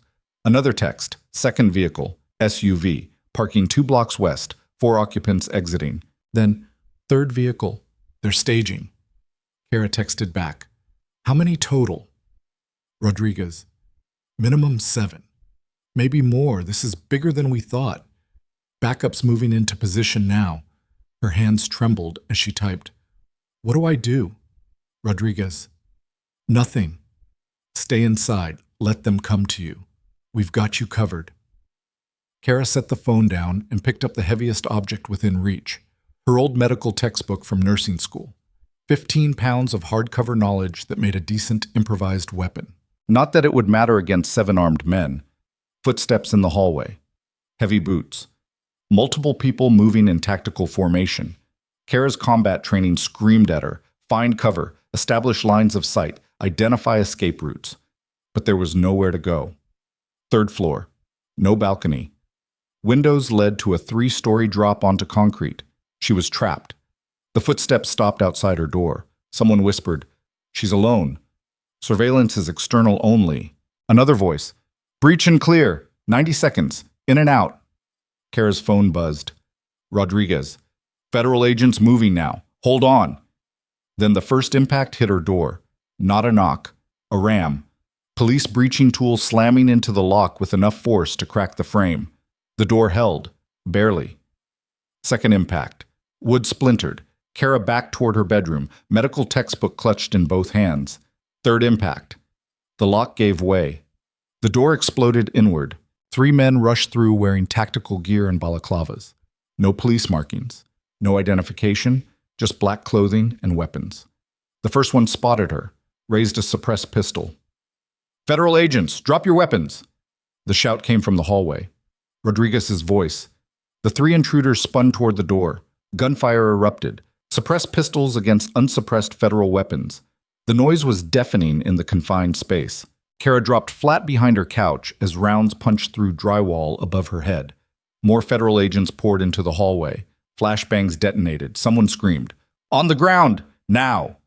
Federal agents, drop your weapons or we will fire!" The gunfight lasted maybe 15 seconds. Felt like hours. When silence finally fell, Kara looked up cautiously. 2 intruders lay face down on her apartment floor, hands zip-tied behind their backs. The third had made it to the hallway before getting tackled by agents. Rodriguez appeared in her doorway, weapon drawn, eyes scanning for additional threats. "You hit?" he asked. "No. Stay down. We're not clear yet." More gunfire outside. Distant. Multiple weapons. Rodriguez's radio crackled. "Second team engaged. West stairwell. 4 suspects in custody. 1 fled on foot. Units in pursuit." Then, "Third team engaged. Parking garage. 2 suspects down. Medical needed." The radio traffic continued for another 10 minutes. Reports of suspects detained, weapons seized, vehicles searched. When it finally stopped, Webb came through Kara's destroyed doorway, looking like he'd aged 10 years in 10 minutes. "You okay?" he asked. Kara nodded, not trusting her voice. "We got 7, 3 here, 4 in the garage. 2 more in custody at their staging area 3 blocks over." Webb holstered his weapon. "And every single interaction is on camera, body cams, building security, surveillance teams, all of it." "Who were they?" "Won't know for sure until we process them, but I'm guessing Reeves's whole network." Captain Voss pushed past Webb, surveying the damage. "This is going to be a nightmare to explain." "Worth it," Webb said. "We just caught 7 former military contractors attempting to murder a federal witness. This case just became bulletproof." Rodriguez helped Kara to her feet. "You did good. Stayed calm. Followed instructions." Kara looked at her destroyed apartment. Bullet holes in the walls, door hanging off its hinges. 3 armed men being dragged out in zip ties. "Where's Reeves?" she asked. Webb and Voss exchanged glances. "We don't know," Webb admitted. "He wasn't among the suspects we detained." Kara's blood ran cold. "What do you mean you don't know?" "He's not at his registered address. His vehicle's gone. Phone's off. We've got units checking known associates, but so far, he's running. Possibly, or he's planning something else." Rodriguez's radio crackled. "All units, be advised. BOLO for Mason Reeves. Registered vehicle, silver Dodge Charger, Washington plates." The radio cut off. Then a different voice came through, distorted and wrong. "Agent Webb, can you hear me?" Webb grabbed the radio. "Who is this?" "You know who this is, and you just made a big mistake. Reeves." "You're under arrest," Webb said. "Surrender now, and—" "I'm not surrendering, and I'm not running. I'm coming to finish what I started. We've got your whole network in custody. You've got nobody left. I don't need anybody, just need 1 clean shot." The radio went dead. Webb turned to Rodriguez. "Get her out of here. Safe house, now." Rodriguez grabbed Kara's arm. But before they could move, every light in the building went out. Complete darkness. Emergency exit signs glowed faintly, but the rest was blackness. "Power's cut!" someone shouted. Then gunfire erupted from somewhere below. Full automatic. Sustained bursts. "Building's under attack!" Rodriguez pushed Kara toward the back bedroom. "Secure room! Move!" They reached the bedroom just as more gunfire tore through the building's exterior. Glass shattered. Someone screamed. Rodriguez slammed the bedroom door and pushed Kara into the corner. "Stay low. Don't move." He took position by the door, weapon ready. The gunfire intensified. Closer now, coming up the stairs. Rodriguez's radio crackled one final time. "All units. Suspect has breached ground floor. Repeat, suspect has breached. He's coming up." Then nothing but gunfire and shouting and the sound of boots pounding upstairs toward the third floor where Kara Bishop waited in darkness, realizing too late that she'd underestimated exactly how far Mason Reeves would go to silence the one witness who could destroy him. The gunfire stopped. Complete silence pressed down like physical weight. Kara heard nothing except her own breathing and Rodriguez's controlled respiration beside the bedroom door. Then footsteps. Slow. Deliberate. Someone moving through her apartment with the confidence of someone who knew exactly where to find what they were looking for. Rodriguez raised his weapon, body coiled tight.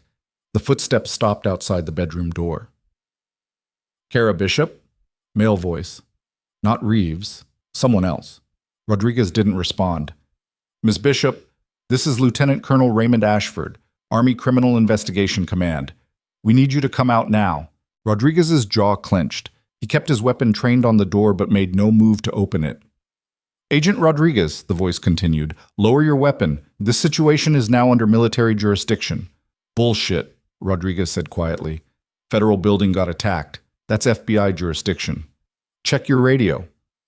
Rodriguez pulled his radio with one hand, weapon still aimed at the door. He switched channels. Static. Then a new voice. "All federal units stand down. Military police have secured the building. I repeat, stand down and await instructions."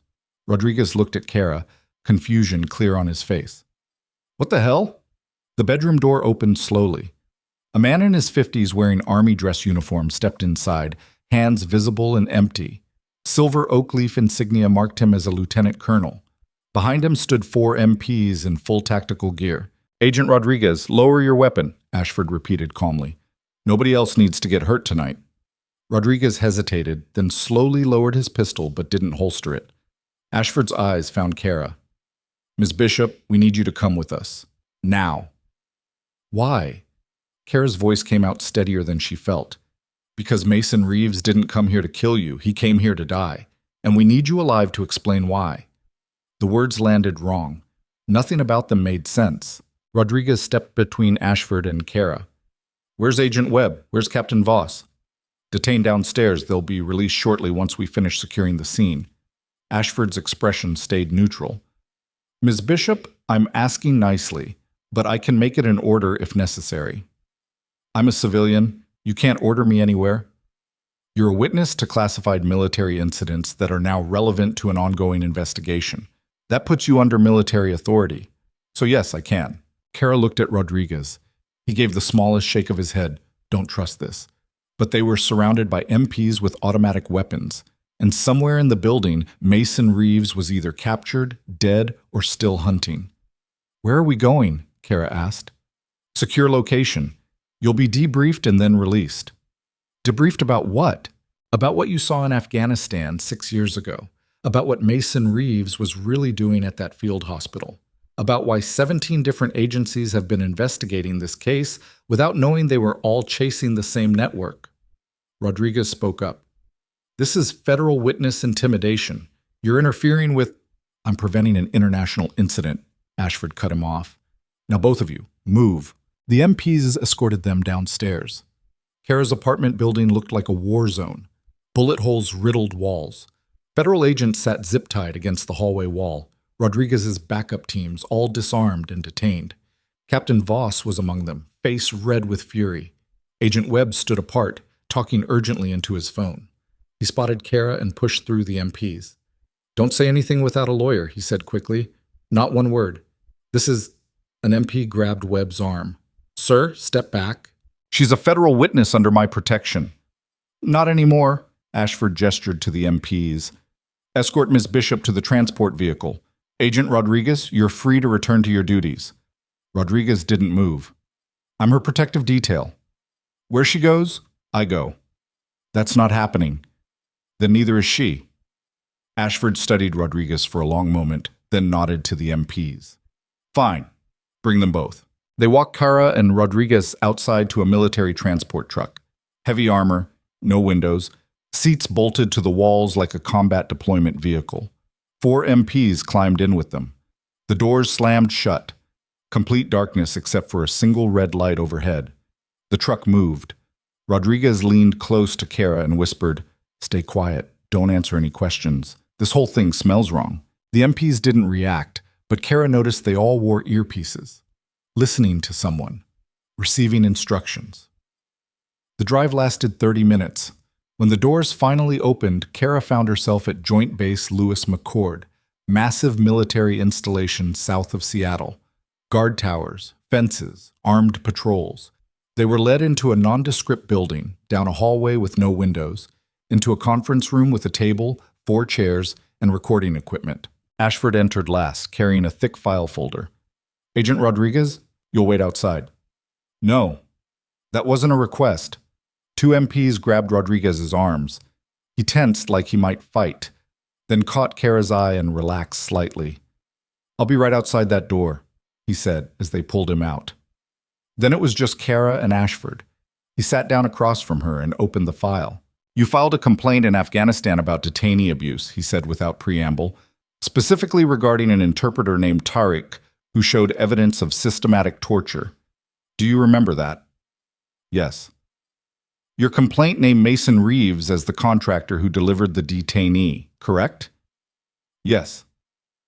"And you documented injuries consistent with cigarette burns, broken ribs, and facial trauma." "All in my medical report." Ashford pulled out photos from the file, not the ones Cara had taken, different photos, same injuries but different angles. "These photos weren't in your medical file," Ashford said. "They were taken by Army intelligence 2 days after your complaint was filed, before the investigation was shut down." Cara studied the photos.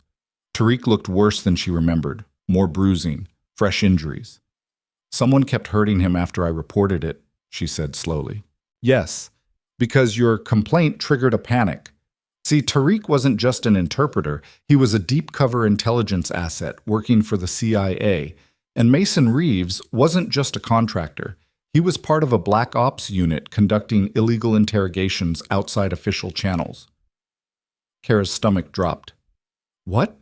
"The torture you documented wasn't rogue behavior. It was sanctioned, by people who shouldn't have been sanctioning anything." Ashford pulled out more documents.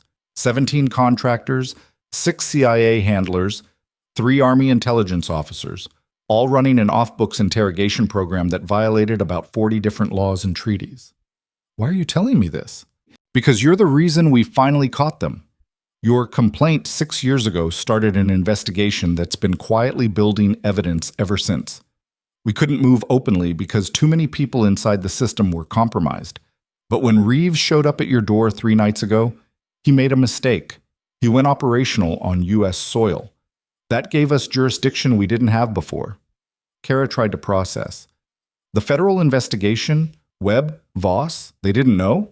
They knew part of it, the law enforcement corruption, the targeting of women, but they didn't know about the Afghanistan connection. Didn't know this whole network originated from a classified black ops unit." Ashford leaned forward. "That's why I pulled you out. Because if this goes to regular federal trial, classified information gets exposed. Sources get burned.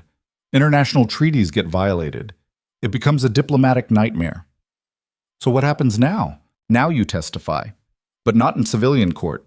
In a closed military tribunal. No media. No public record. Just you, the evidence, and a panel of military judges who have the security clearance to hear it." Cara shook her head. "That's not justice. That's a cover-up. That's national security. People need to know what these men did. Victims need to see them held accountable publicly. You can't just disappear this into classified files where nobody ever knows the truth." "I can do exactly that. And I will." Ashford's voice hardened. "Those 7 contractors we arrested tonight, they're already in military custody. Reeves is being transported as we speak. All of them will face courts-martial for crimes committed under military authority. Civilian prosecutors don't get anywhere near this. Where's Reeves now? Secure location. Is he alive? Ashford hesitated. He's injured. Critical condition. Took 3 rounds during the building assault. Medics stabilized him, but it's unclear if he'll survive long enough to stand trial. Something about the way he said it made Kara's skin crawl. Too convenient. Too neat. Did your MPs shoot him? She asked. Or did someone else? Ashford's expression went blank. What are you suggesting? I'm suggesting that a dead Reeves is a lot cleaner than a live one testifying about classified Black Ops programs. That's a serious accusation. It's a serious situation. They stared at each other across the table. The recording equipment hummed quietly in the corner. Finally, Ashford closed the file. You'll be transported to a secure facility for protective custody pending the tribunal. Your testimony will be taken under oath. After that, you'll be released under permanent gag order regarding anything classified you learned during these proceedings. And if I refuse? You'll be detained as a material witness with knowledge of classified military operations, indefinitely, without trial. You can't do that. I absolutely can. Patriot Act, National Defense Authorization Act, take your pick. Ashford stood. I'm not the bad guy here, Ms. Bishop. I'm trying to protect you and shut down a corruption network that's been operating for over a decade. Work with me, and this ends cleanly. Fight me, and it ends badly for everyone. He left before Kara could respond. She sat alone in the conference room for 20 minutes. Then Rodriguez was brought back in, looking furious. They won't let us leave, he said immediately. Webb's trying to get federal prosecutors involved, but apparently this whole thing just became classified above their clearance level.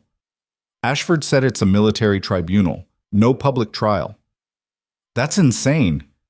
That's national security. Kara repeated Ashford's words with bitter accuracy. The door opened again. This time, a woman entered, mid-40s, wearing civilian clothes but carrying herself with military bearing. She had captain's bars pinned to her collar. Ms. Bishop, Captain Jennifer Ortiz, JAG Corps. I'll be representing you during the tribunal proceedings. Kara blinked. I didn't ask for representation. You're entitled to it regardless, especially since you're testifying about classified matters. Ortiz sat down, pulling out a tablet. I've reviewed your case file. Here's what you need to understand. This tribunal has the authority to classify your entire testimony. Everything you say becomes state secret. You won't be able to discuss it with anyone, ever. That's not right. It's legal. And more importantly, it's final. No appeals, no civilian oversight. Ortiz met Kara's eyes. But there might be another option. Rodriguez leaned forward. What option? Ortiz glanced at the door, then lowered her voice. The tribunal hasn't started yet. Right now, you're just a witness in protective custody. If you were to escape custody before formal proceedings begin, you'd revert to civilian status. Federal prosecutors could take over, public trial, media coverage. Everything Ashford's trying to avoid. You're suggesting I run? I'm suggesting that if you happen to walk out of here with Agent Rodriguez, and if military police happen to be too slow to stop you, and if federal agents happen to be waiting outside to claim jurisdiction the moment you left military property, Ortiz shrugged. Well, that would be unfortunate for Colonel Ashford's plans. Kara stared at her. Why would you help me? Because I joined JAG to defend the law, not to help cover up crimes. What happened in Afghanistan was illegal. What Reeves did to you and other women was criminal, and burying it behind classification stamps is exactly the kind of institutional corruption that makes people lose faith in the system. Ortiz stood. There's a side exit down the hall, third door on the left. It leads to a parking area. Agent Webb's waiting there with a vehicle. You've got maybe 5 minutes before someone notices I left this door unlocked. Ors. Bakin Pius. She walked out, leaving the door open behind her. Rodriguez looked at Kara. Your call. Kara thought about 6 years of silence, about women who'd been terrorized into submission, about a system that valued secrecy over justice. Let's go. They moved fast. Out the conference room, down the hallway, third door on the left, just like Ortiz said. Outside into cold night air. Agent Webb stood beside a black sedan, engine running. Get in, he shouted. Kara and Rodriguez sprinted across the parking lot. Behind them, shouts erupted, MPS pouring out of the building. "Federal witness," Webb shouted, holding up his credentials. "She's under my jurisdiction." "Stand down," an MP officer yelled back. "That witness is part of classified proceedings." "Not anymore." Webb opened the car doors. "Bishop, Rodriguez, inside." They dove into the back seat. Webb hit the gas before their doors closed. The MPs didn't shoot.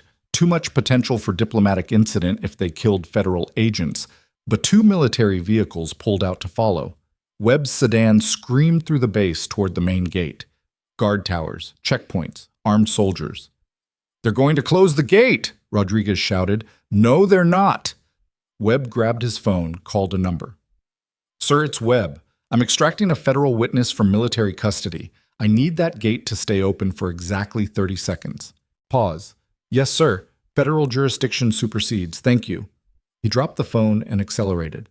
The main gate loomed ahead. Guards stood ready to lower the barriers. Then, at the last second, they stepped aside. Webb's sedan blasted through. The military vehicles behind them screeched to a stop at the gate as barriers dropped into place. They were out. Webb drove for 20 minutes, taking random turns, checking mirrors, making sure they weren't followed. Finally, he pulled into a parking garage downtown and killed the engine. "What the hell just happened?" he asked, turning to face Kara. She told him everything. Ashford's briefing, the classified Black Ops unit, the military tribunal plan, Captain Ortiz helping them escape. Webb listened in stunned silence. "This is bigger than we thought," he said finally. "Way bigger." Rodriguez nodded. "What's the play now?" "Now?" Webb pulled out his phone. "Now we go nuclear. Ellen Nakamura already has a press conference scheduled for tomorrow morning. We move it up. Tonight. Get Kara in front of cameras before the military can file classification orders. Once her story's public, they can't bury it."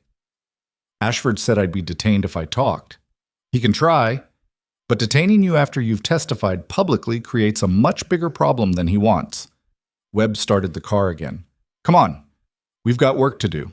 Ellen Nakamura's office building was empty at 11 p.m. except for security. But within 30 minutes, she had reporters from 4 major outlets assembled in the conference room. Kara sat at a table, exhausted and terrified, while cameras set up and journalists sharpened their questions. Ellen stood beside her. "You don't have to do this. You can still walk away." "No, I can't." "Fair enough." Ellen squeezed her shoulder. "Then let's make it count." The press conference started at midnight.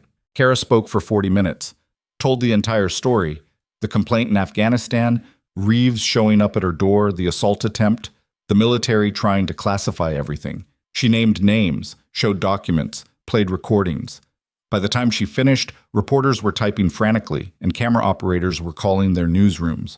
One journalist raised her hand. "Ms. Bishop, aren't you concerned about retaliation?" "I've been concerned about retaliation for 6 years. Didn't stop them from finding me." Another reporter. "What do you want to happen now?" Kara looked directly into the camera. "I want every woman who was targeted by these men to know they're not alone. I want the system that protected corrupt cops for a decade to face consequences. And I want Mason Reeves and everyone who helped him to spend the rest of their lives in prison where they belong." The press conference ended 20 minutes later. By 1 a.m., the story was breaking on every major news network. By 2 a.m., the Pentagon had issued a statement promising full investigation. By 3 a.m., 3 members of Congress were calling for hearings. By dawn, the world knew everything.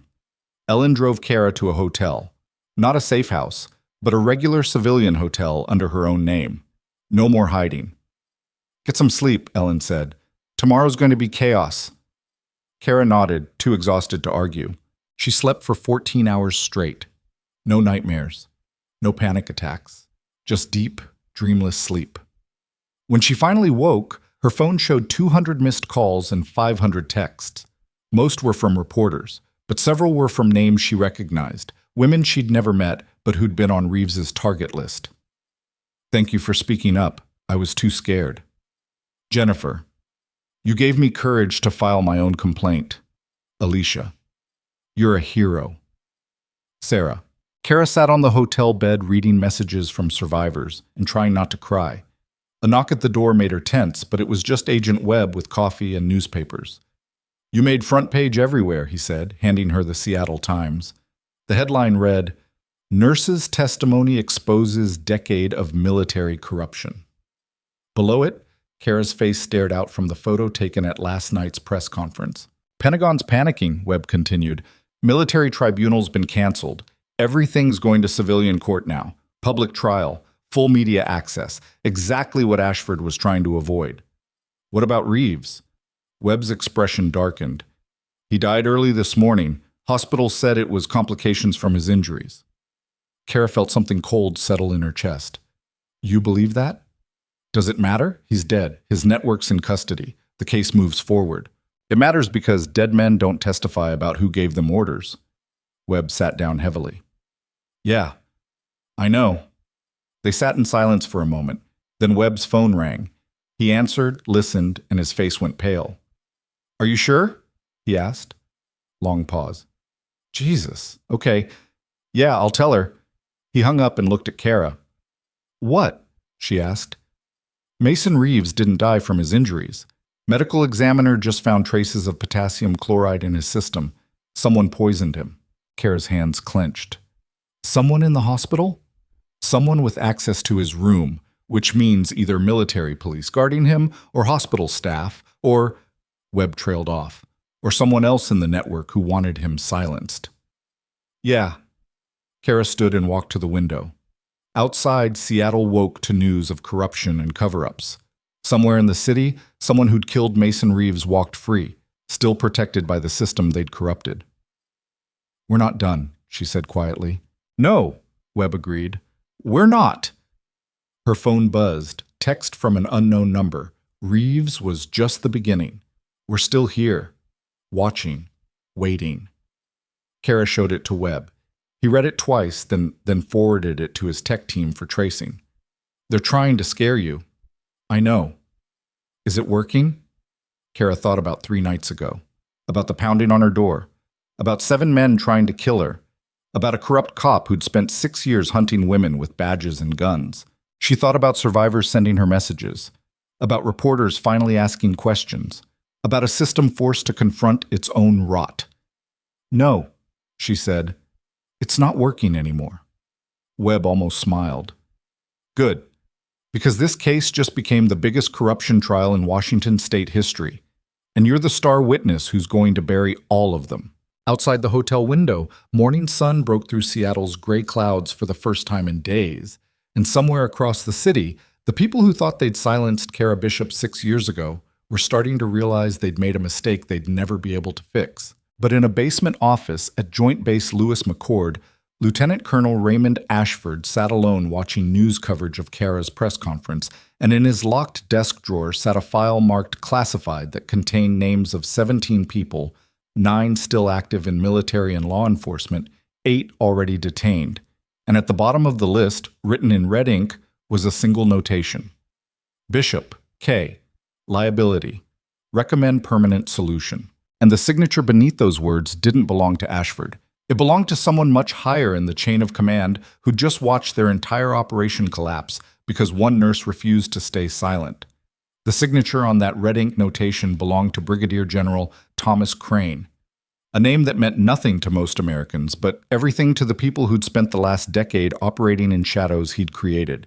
Agent Webb figured it out 3 days after Reeves died. He showed up at Kara's hotel room at 6 a.m. with coffee that had gone cold during the drive and evidence that made her wish she could go back to being just a trauma nurse who complained about insurance companies. Crane's been running interference on this case since your original complaint in Afghanistan, Webb said, spreading documents across the hotel desk. He's the one who buried your report, the one who helped Reeves and the others transition into law enforcement, the one who's been protecting this network for years. Kara studied the papers, email trails, personnel transfers, budget authorizations for programs that didn't officially exist, all signed by Crane or people reporting directly to him. Why? She asked. Because the interrogation program generated intelligence that made him look good to people even higher up the chain, made his career, got him promoted twice, and exposing it now would destroy everything he's built. So he had Reeves killed. Can't prove it yet. But yeah, that's our working theory. Webb pulled out another document. The file from Ashford's desk with Kara's name and those two damning words, permanent solution. We found this during a warrant search yesterday. Ashford's cooperating now. Says Crane ordered him to bury the case in military tribunal. When that failed, Crane ordered him to make you disappear. Kara's hands trembled around her coffee cup. Disappear how? Ashford wouldn't specify.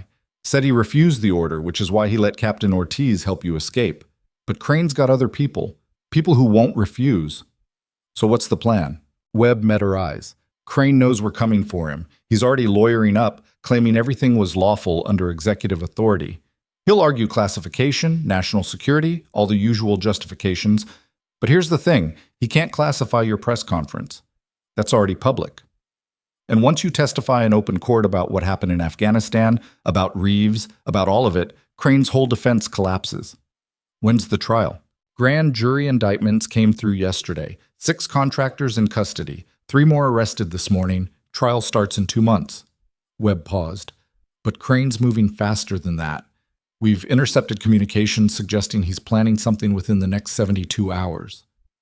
Planning what? We don't know, but you're still the biggest threat to him. As long as you're alive and willing to testify, he's facing prison. Kara set down her coffee. I'm not hiding again. I'm not asking you to hide, I'm asking you to be smart. Webb pulled out a phone, new burner, numbers already programmed.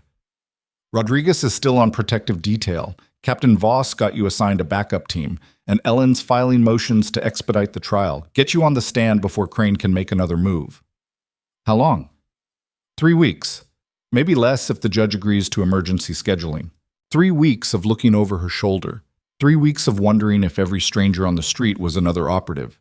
3 weeks of being a target. Okay, Kara said. What do I do?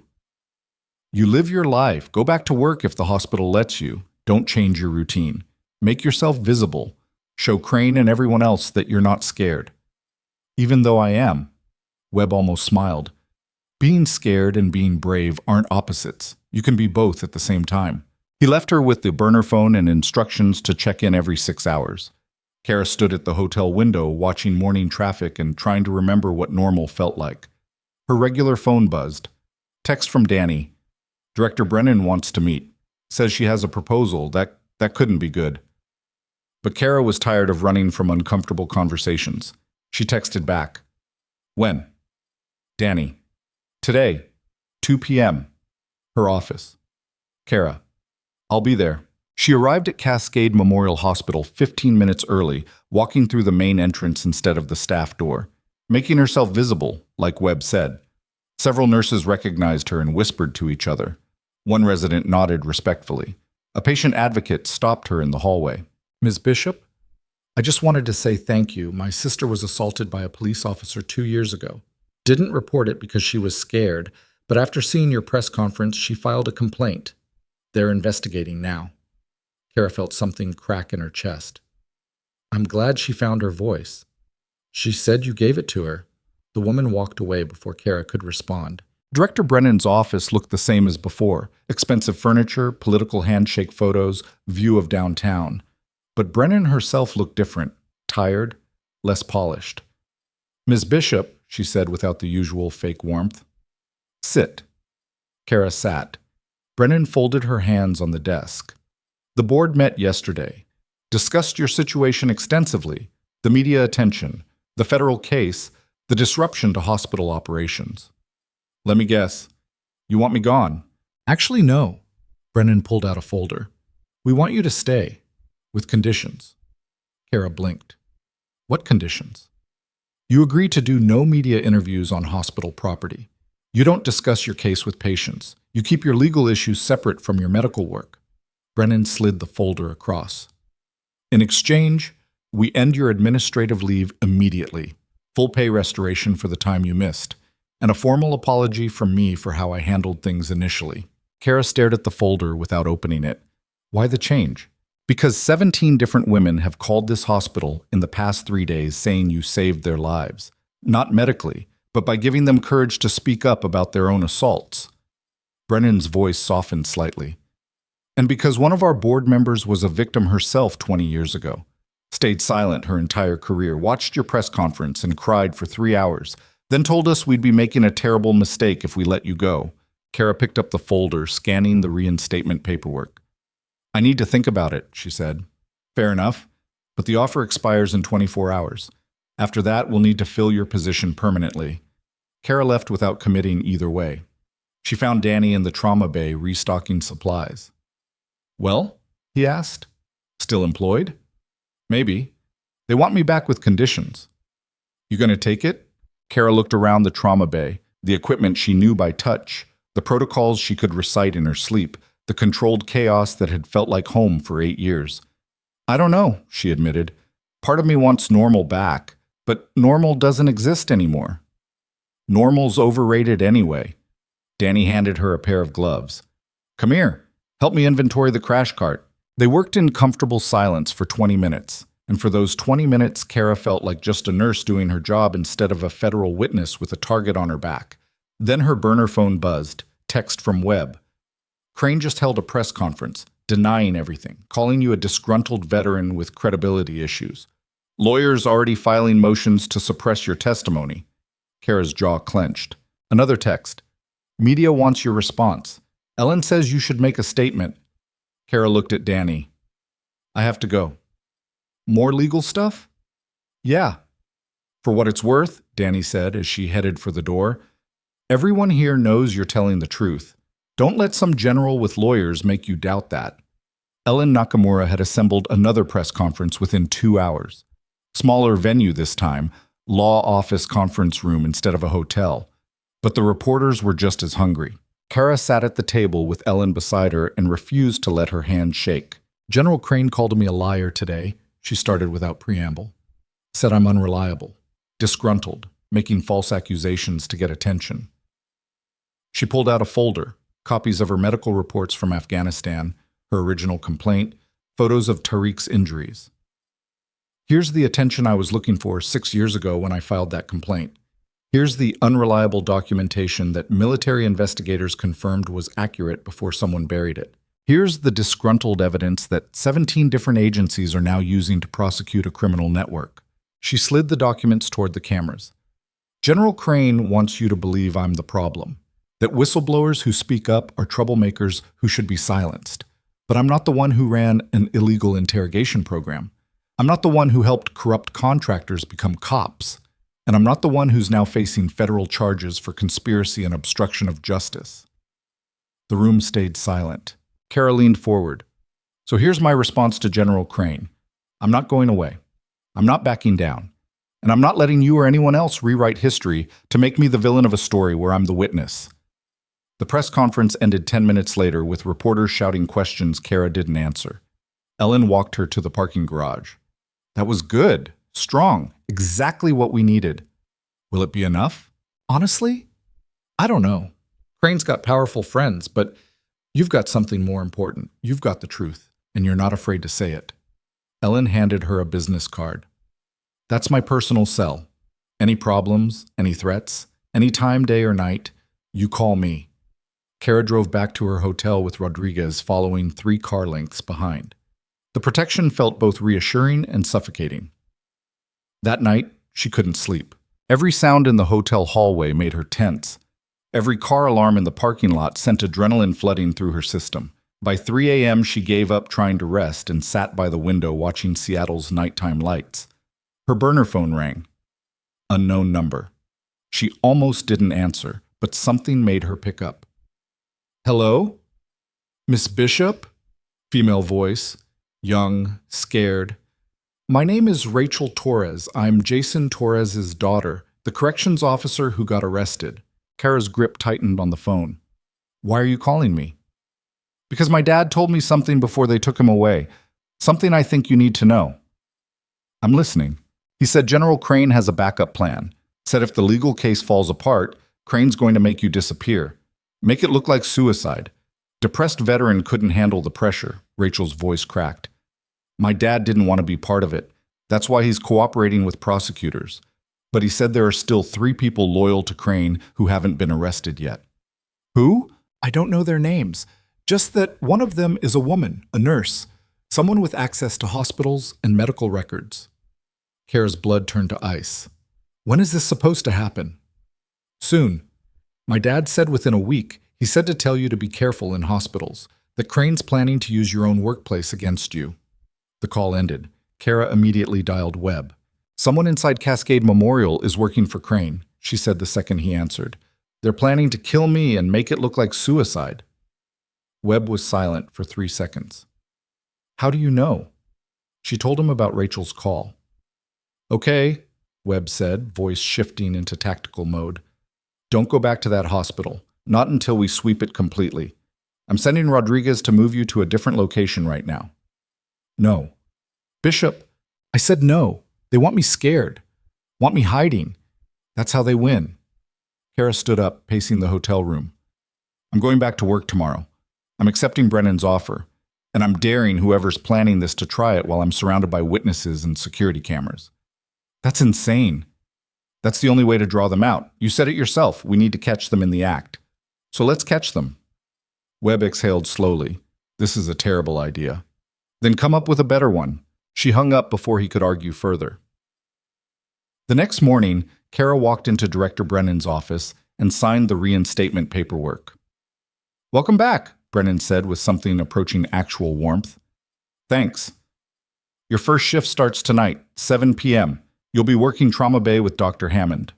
Kara nodded and left. She spent the afternoon with Rodriguez and Webb planning security protocols.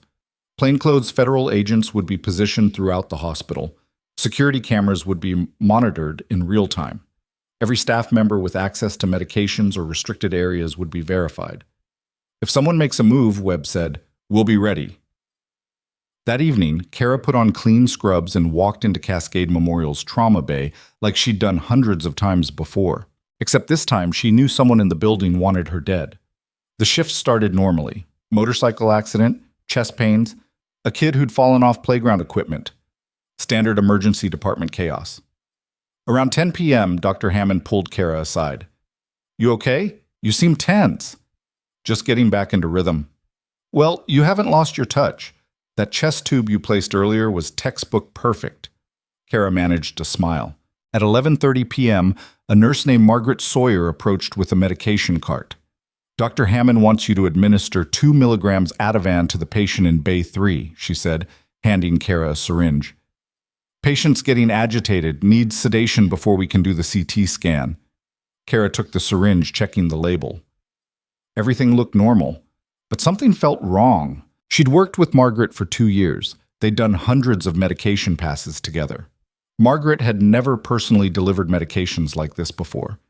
That wasn't protocol. Kara looked at Margaret's face, saw tension around her eyes, sweat on her upper lip despite the air-conditioned hospital. You okay? Kara asked. Fine. Just busy night. Kara glanced at the patient board. Bay 3 showed a 40-year-old male with anxiety. Not the kind of case that required immediate IV sedation. Let me double-check the order with Hammond, Kara said casually. Margaret's expression flickered. Just for a second, but long enough. It's already verified. Just give him the injection. Hospital policy says I verify controlled substances directly with the ordering physician. You're wasting time. Kara set the syringe down on the counter and pulled out her phone. She texted Webb a single word, now. Margaret grabbed for the syringe. Kara stepped back. What's really in there? What are you talking about? That's not Ativan. What is it? Margaret's face went pale, then hard. You should have stayed quiet. She lunged. Kara dodged, medical training kicking in. She grabbed Margaret's wrist, twisted, sent the syringe clattering across the floor.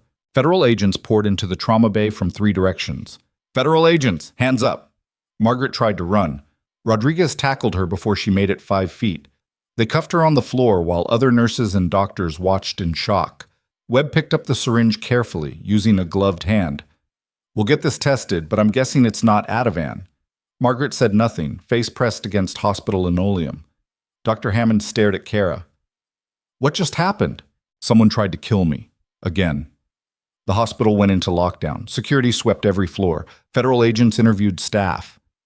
By morning, they'd confirmed Margaret Sawyer had been accessing restricted medications for weeks, building up a stockpile of lethal drugs. And in her locker, they found a burner phone with text messages from an unknown number giving instructions. Make it look natural. Opioid overdose. Depressed veteran. No one will question it. Webb traced the number to a phone registered to a shell company owned by one of Crane's former aides. The final piece of evidence connecting Crane directly to conspiracy to commit murder. The trial happened 3 weeks later. Federal courthouse in Seattle. Standing room only. Media circus outside. Protesters demanding justice. Counter-protesters claiming military persecution. Kara testified on the third day. She walked into that courtroom wearing a simple blue dress and no makeup. And she told the truth for 4 hours straight. About Afghanistan. About Tariq. About Reeves showing up at her door. About 7 men trying to kill her. About a nurse trying to poison her in the hospital where she'd saved lives. The defense attorney tried to break her. Asked about her mental health, her panic attacks, her isolated lifestyle. "You have PTSD, don't you, Ms. Bishop?" he asked with barely concealed smugness. "I have trauma responses," Kara corrected, "from witnessing crimes and being targeted for reporting them. Those are normal reactions to abnormal situations." "But you're not stable." "I'm stable enough to work 12-hour trauma shifts saving lives while your clients were planning to end mine, so yes, I'd say I'm pretty stable." The courtroom erupted in murmurs. The judge called for order. Ellen stood for redirect. "Ms. Bishop, why did you keep speaking up? Even when threatened, even when people tried to silence you?" Kara looked at the jury. "Because silence is how corruption survives. Because staying quiet protects predators, not victims. And because somebody has to be willing to say this is wrong and risk everything to make it right." No further questions. The trial lasted 2 more weeks. The jury deliberated for 6 hours. All 6 contractors, guilty on all counts. Margaret Sawyer, guilty of attempted murder and conspiracy. And Brigadier General Thomas Crane, watching from the gallery because his military tribunal was scheduled next, sat with his face carved from stone as federal marshals led his co-conspirators away in chains. Crane's own trial took 3 months. Military prosecutors brought charges of unlawful command influence, obstruction of justice, conspiracy to commit murder, and violation of the Uniform Code of Military Justice. Kara testified at that trial too. And so did 17 other victims. And so did contractors who'd flipped for immunity deals. By the time it ended, Crane was sentenced to 35 years in military prison without possibility of parole. Dishonorable discharge, loss of all pension and benefits, public disgrace. 6 months after the final verdict, Kara stood in front of Congress testifying at a hearing about military accountability and law enforcement reform. "The system failed every victim in this case," she told a room full of elected officials and C-SPAN cameras. "Not because people didn't know something was wrong, but because the people who did know chose protection of institutions over protection of victims." A senator leaned forward. "What would you recommend to prevent this from happening again?" "Independent oversight. External investigations for military misconduct. Civilian review boards for police abuse. And most importantly, believe victims the first time they speak up instead of making them prove their credibility after they've been terrorized into silence." The hearing made national news, sparked legislation, changed policies.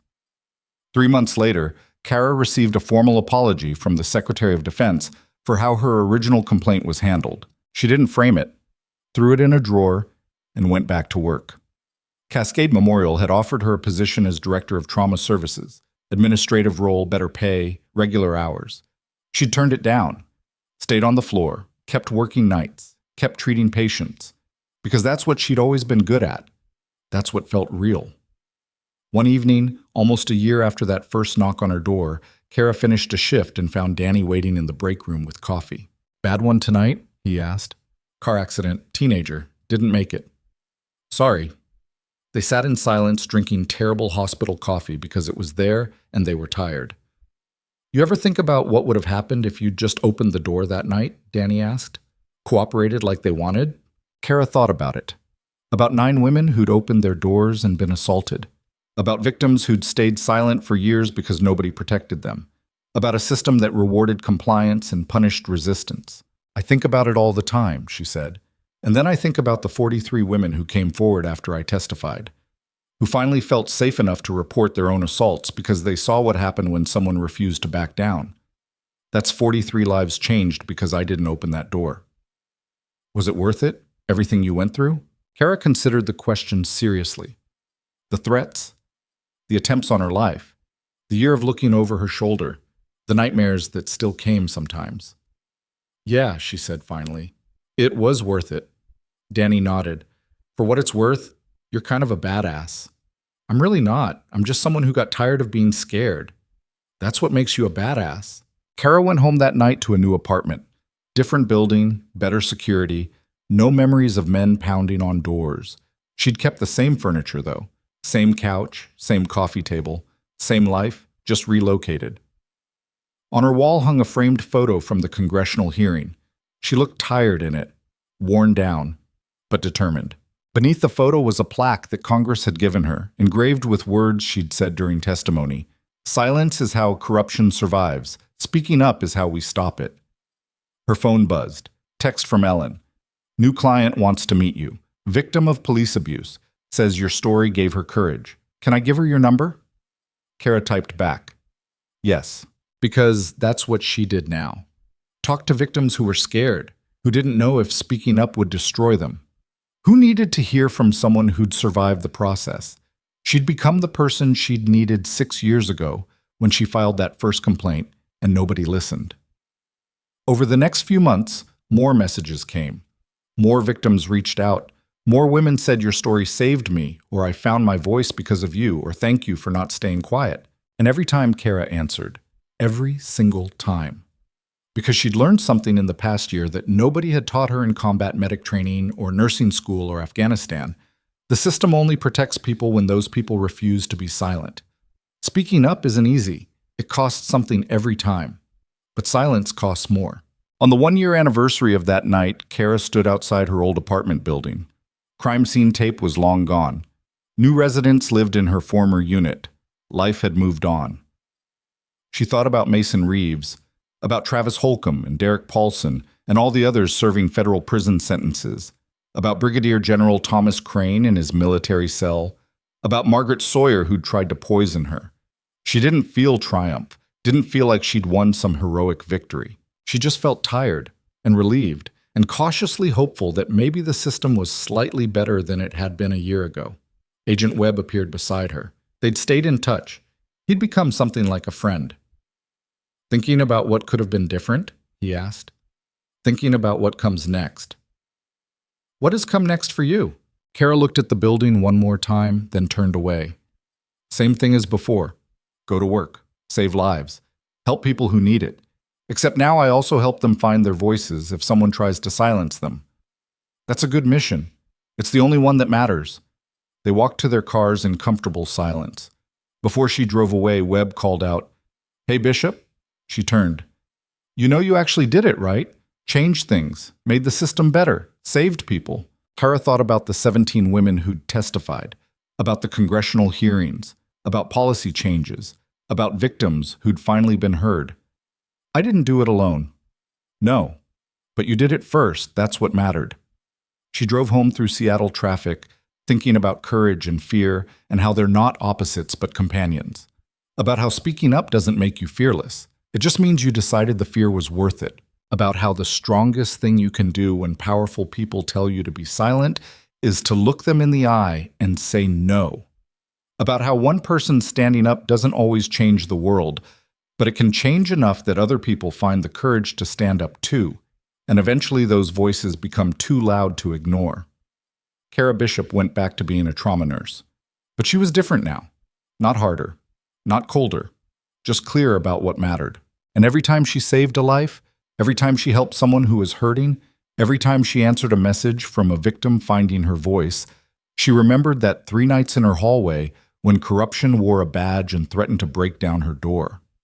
She remembered refusing to open it, and she was glad, so incredibly glad, that the exhausted combat medic they thought they could intimidate had turned out to be exactly the wrong woman to underestimate. Because sometimes the most dangerous thing in the world isn't the person with the gun or the badge or the power. It's the person who refuses to be silenced, the person who says this is wrong and means it, the person who chooses truth over safety and courage over compliance, the person who, when faced with 3 armed men at 2:13 in the morning demanding submission, looks through the peephole and says not tonight and means never again.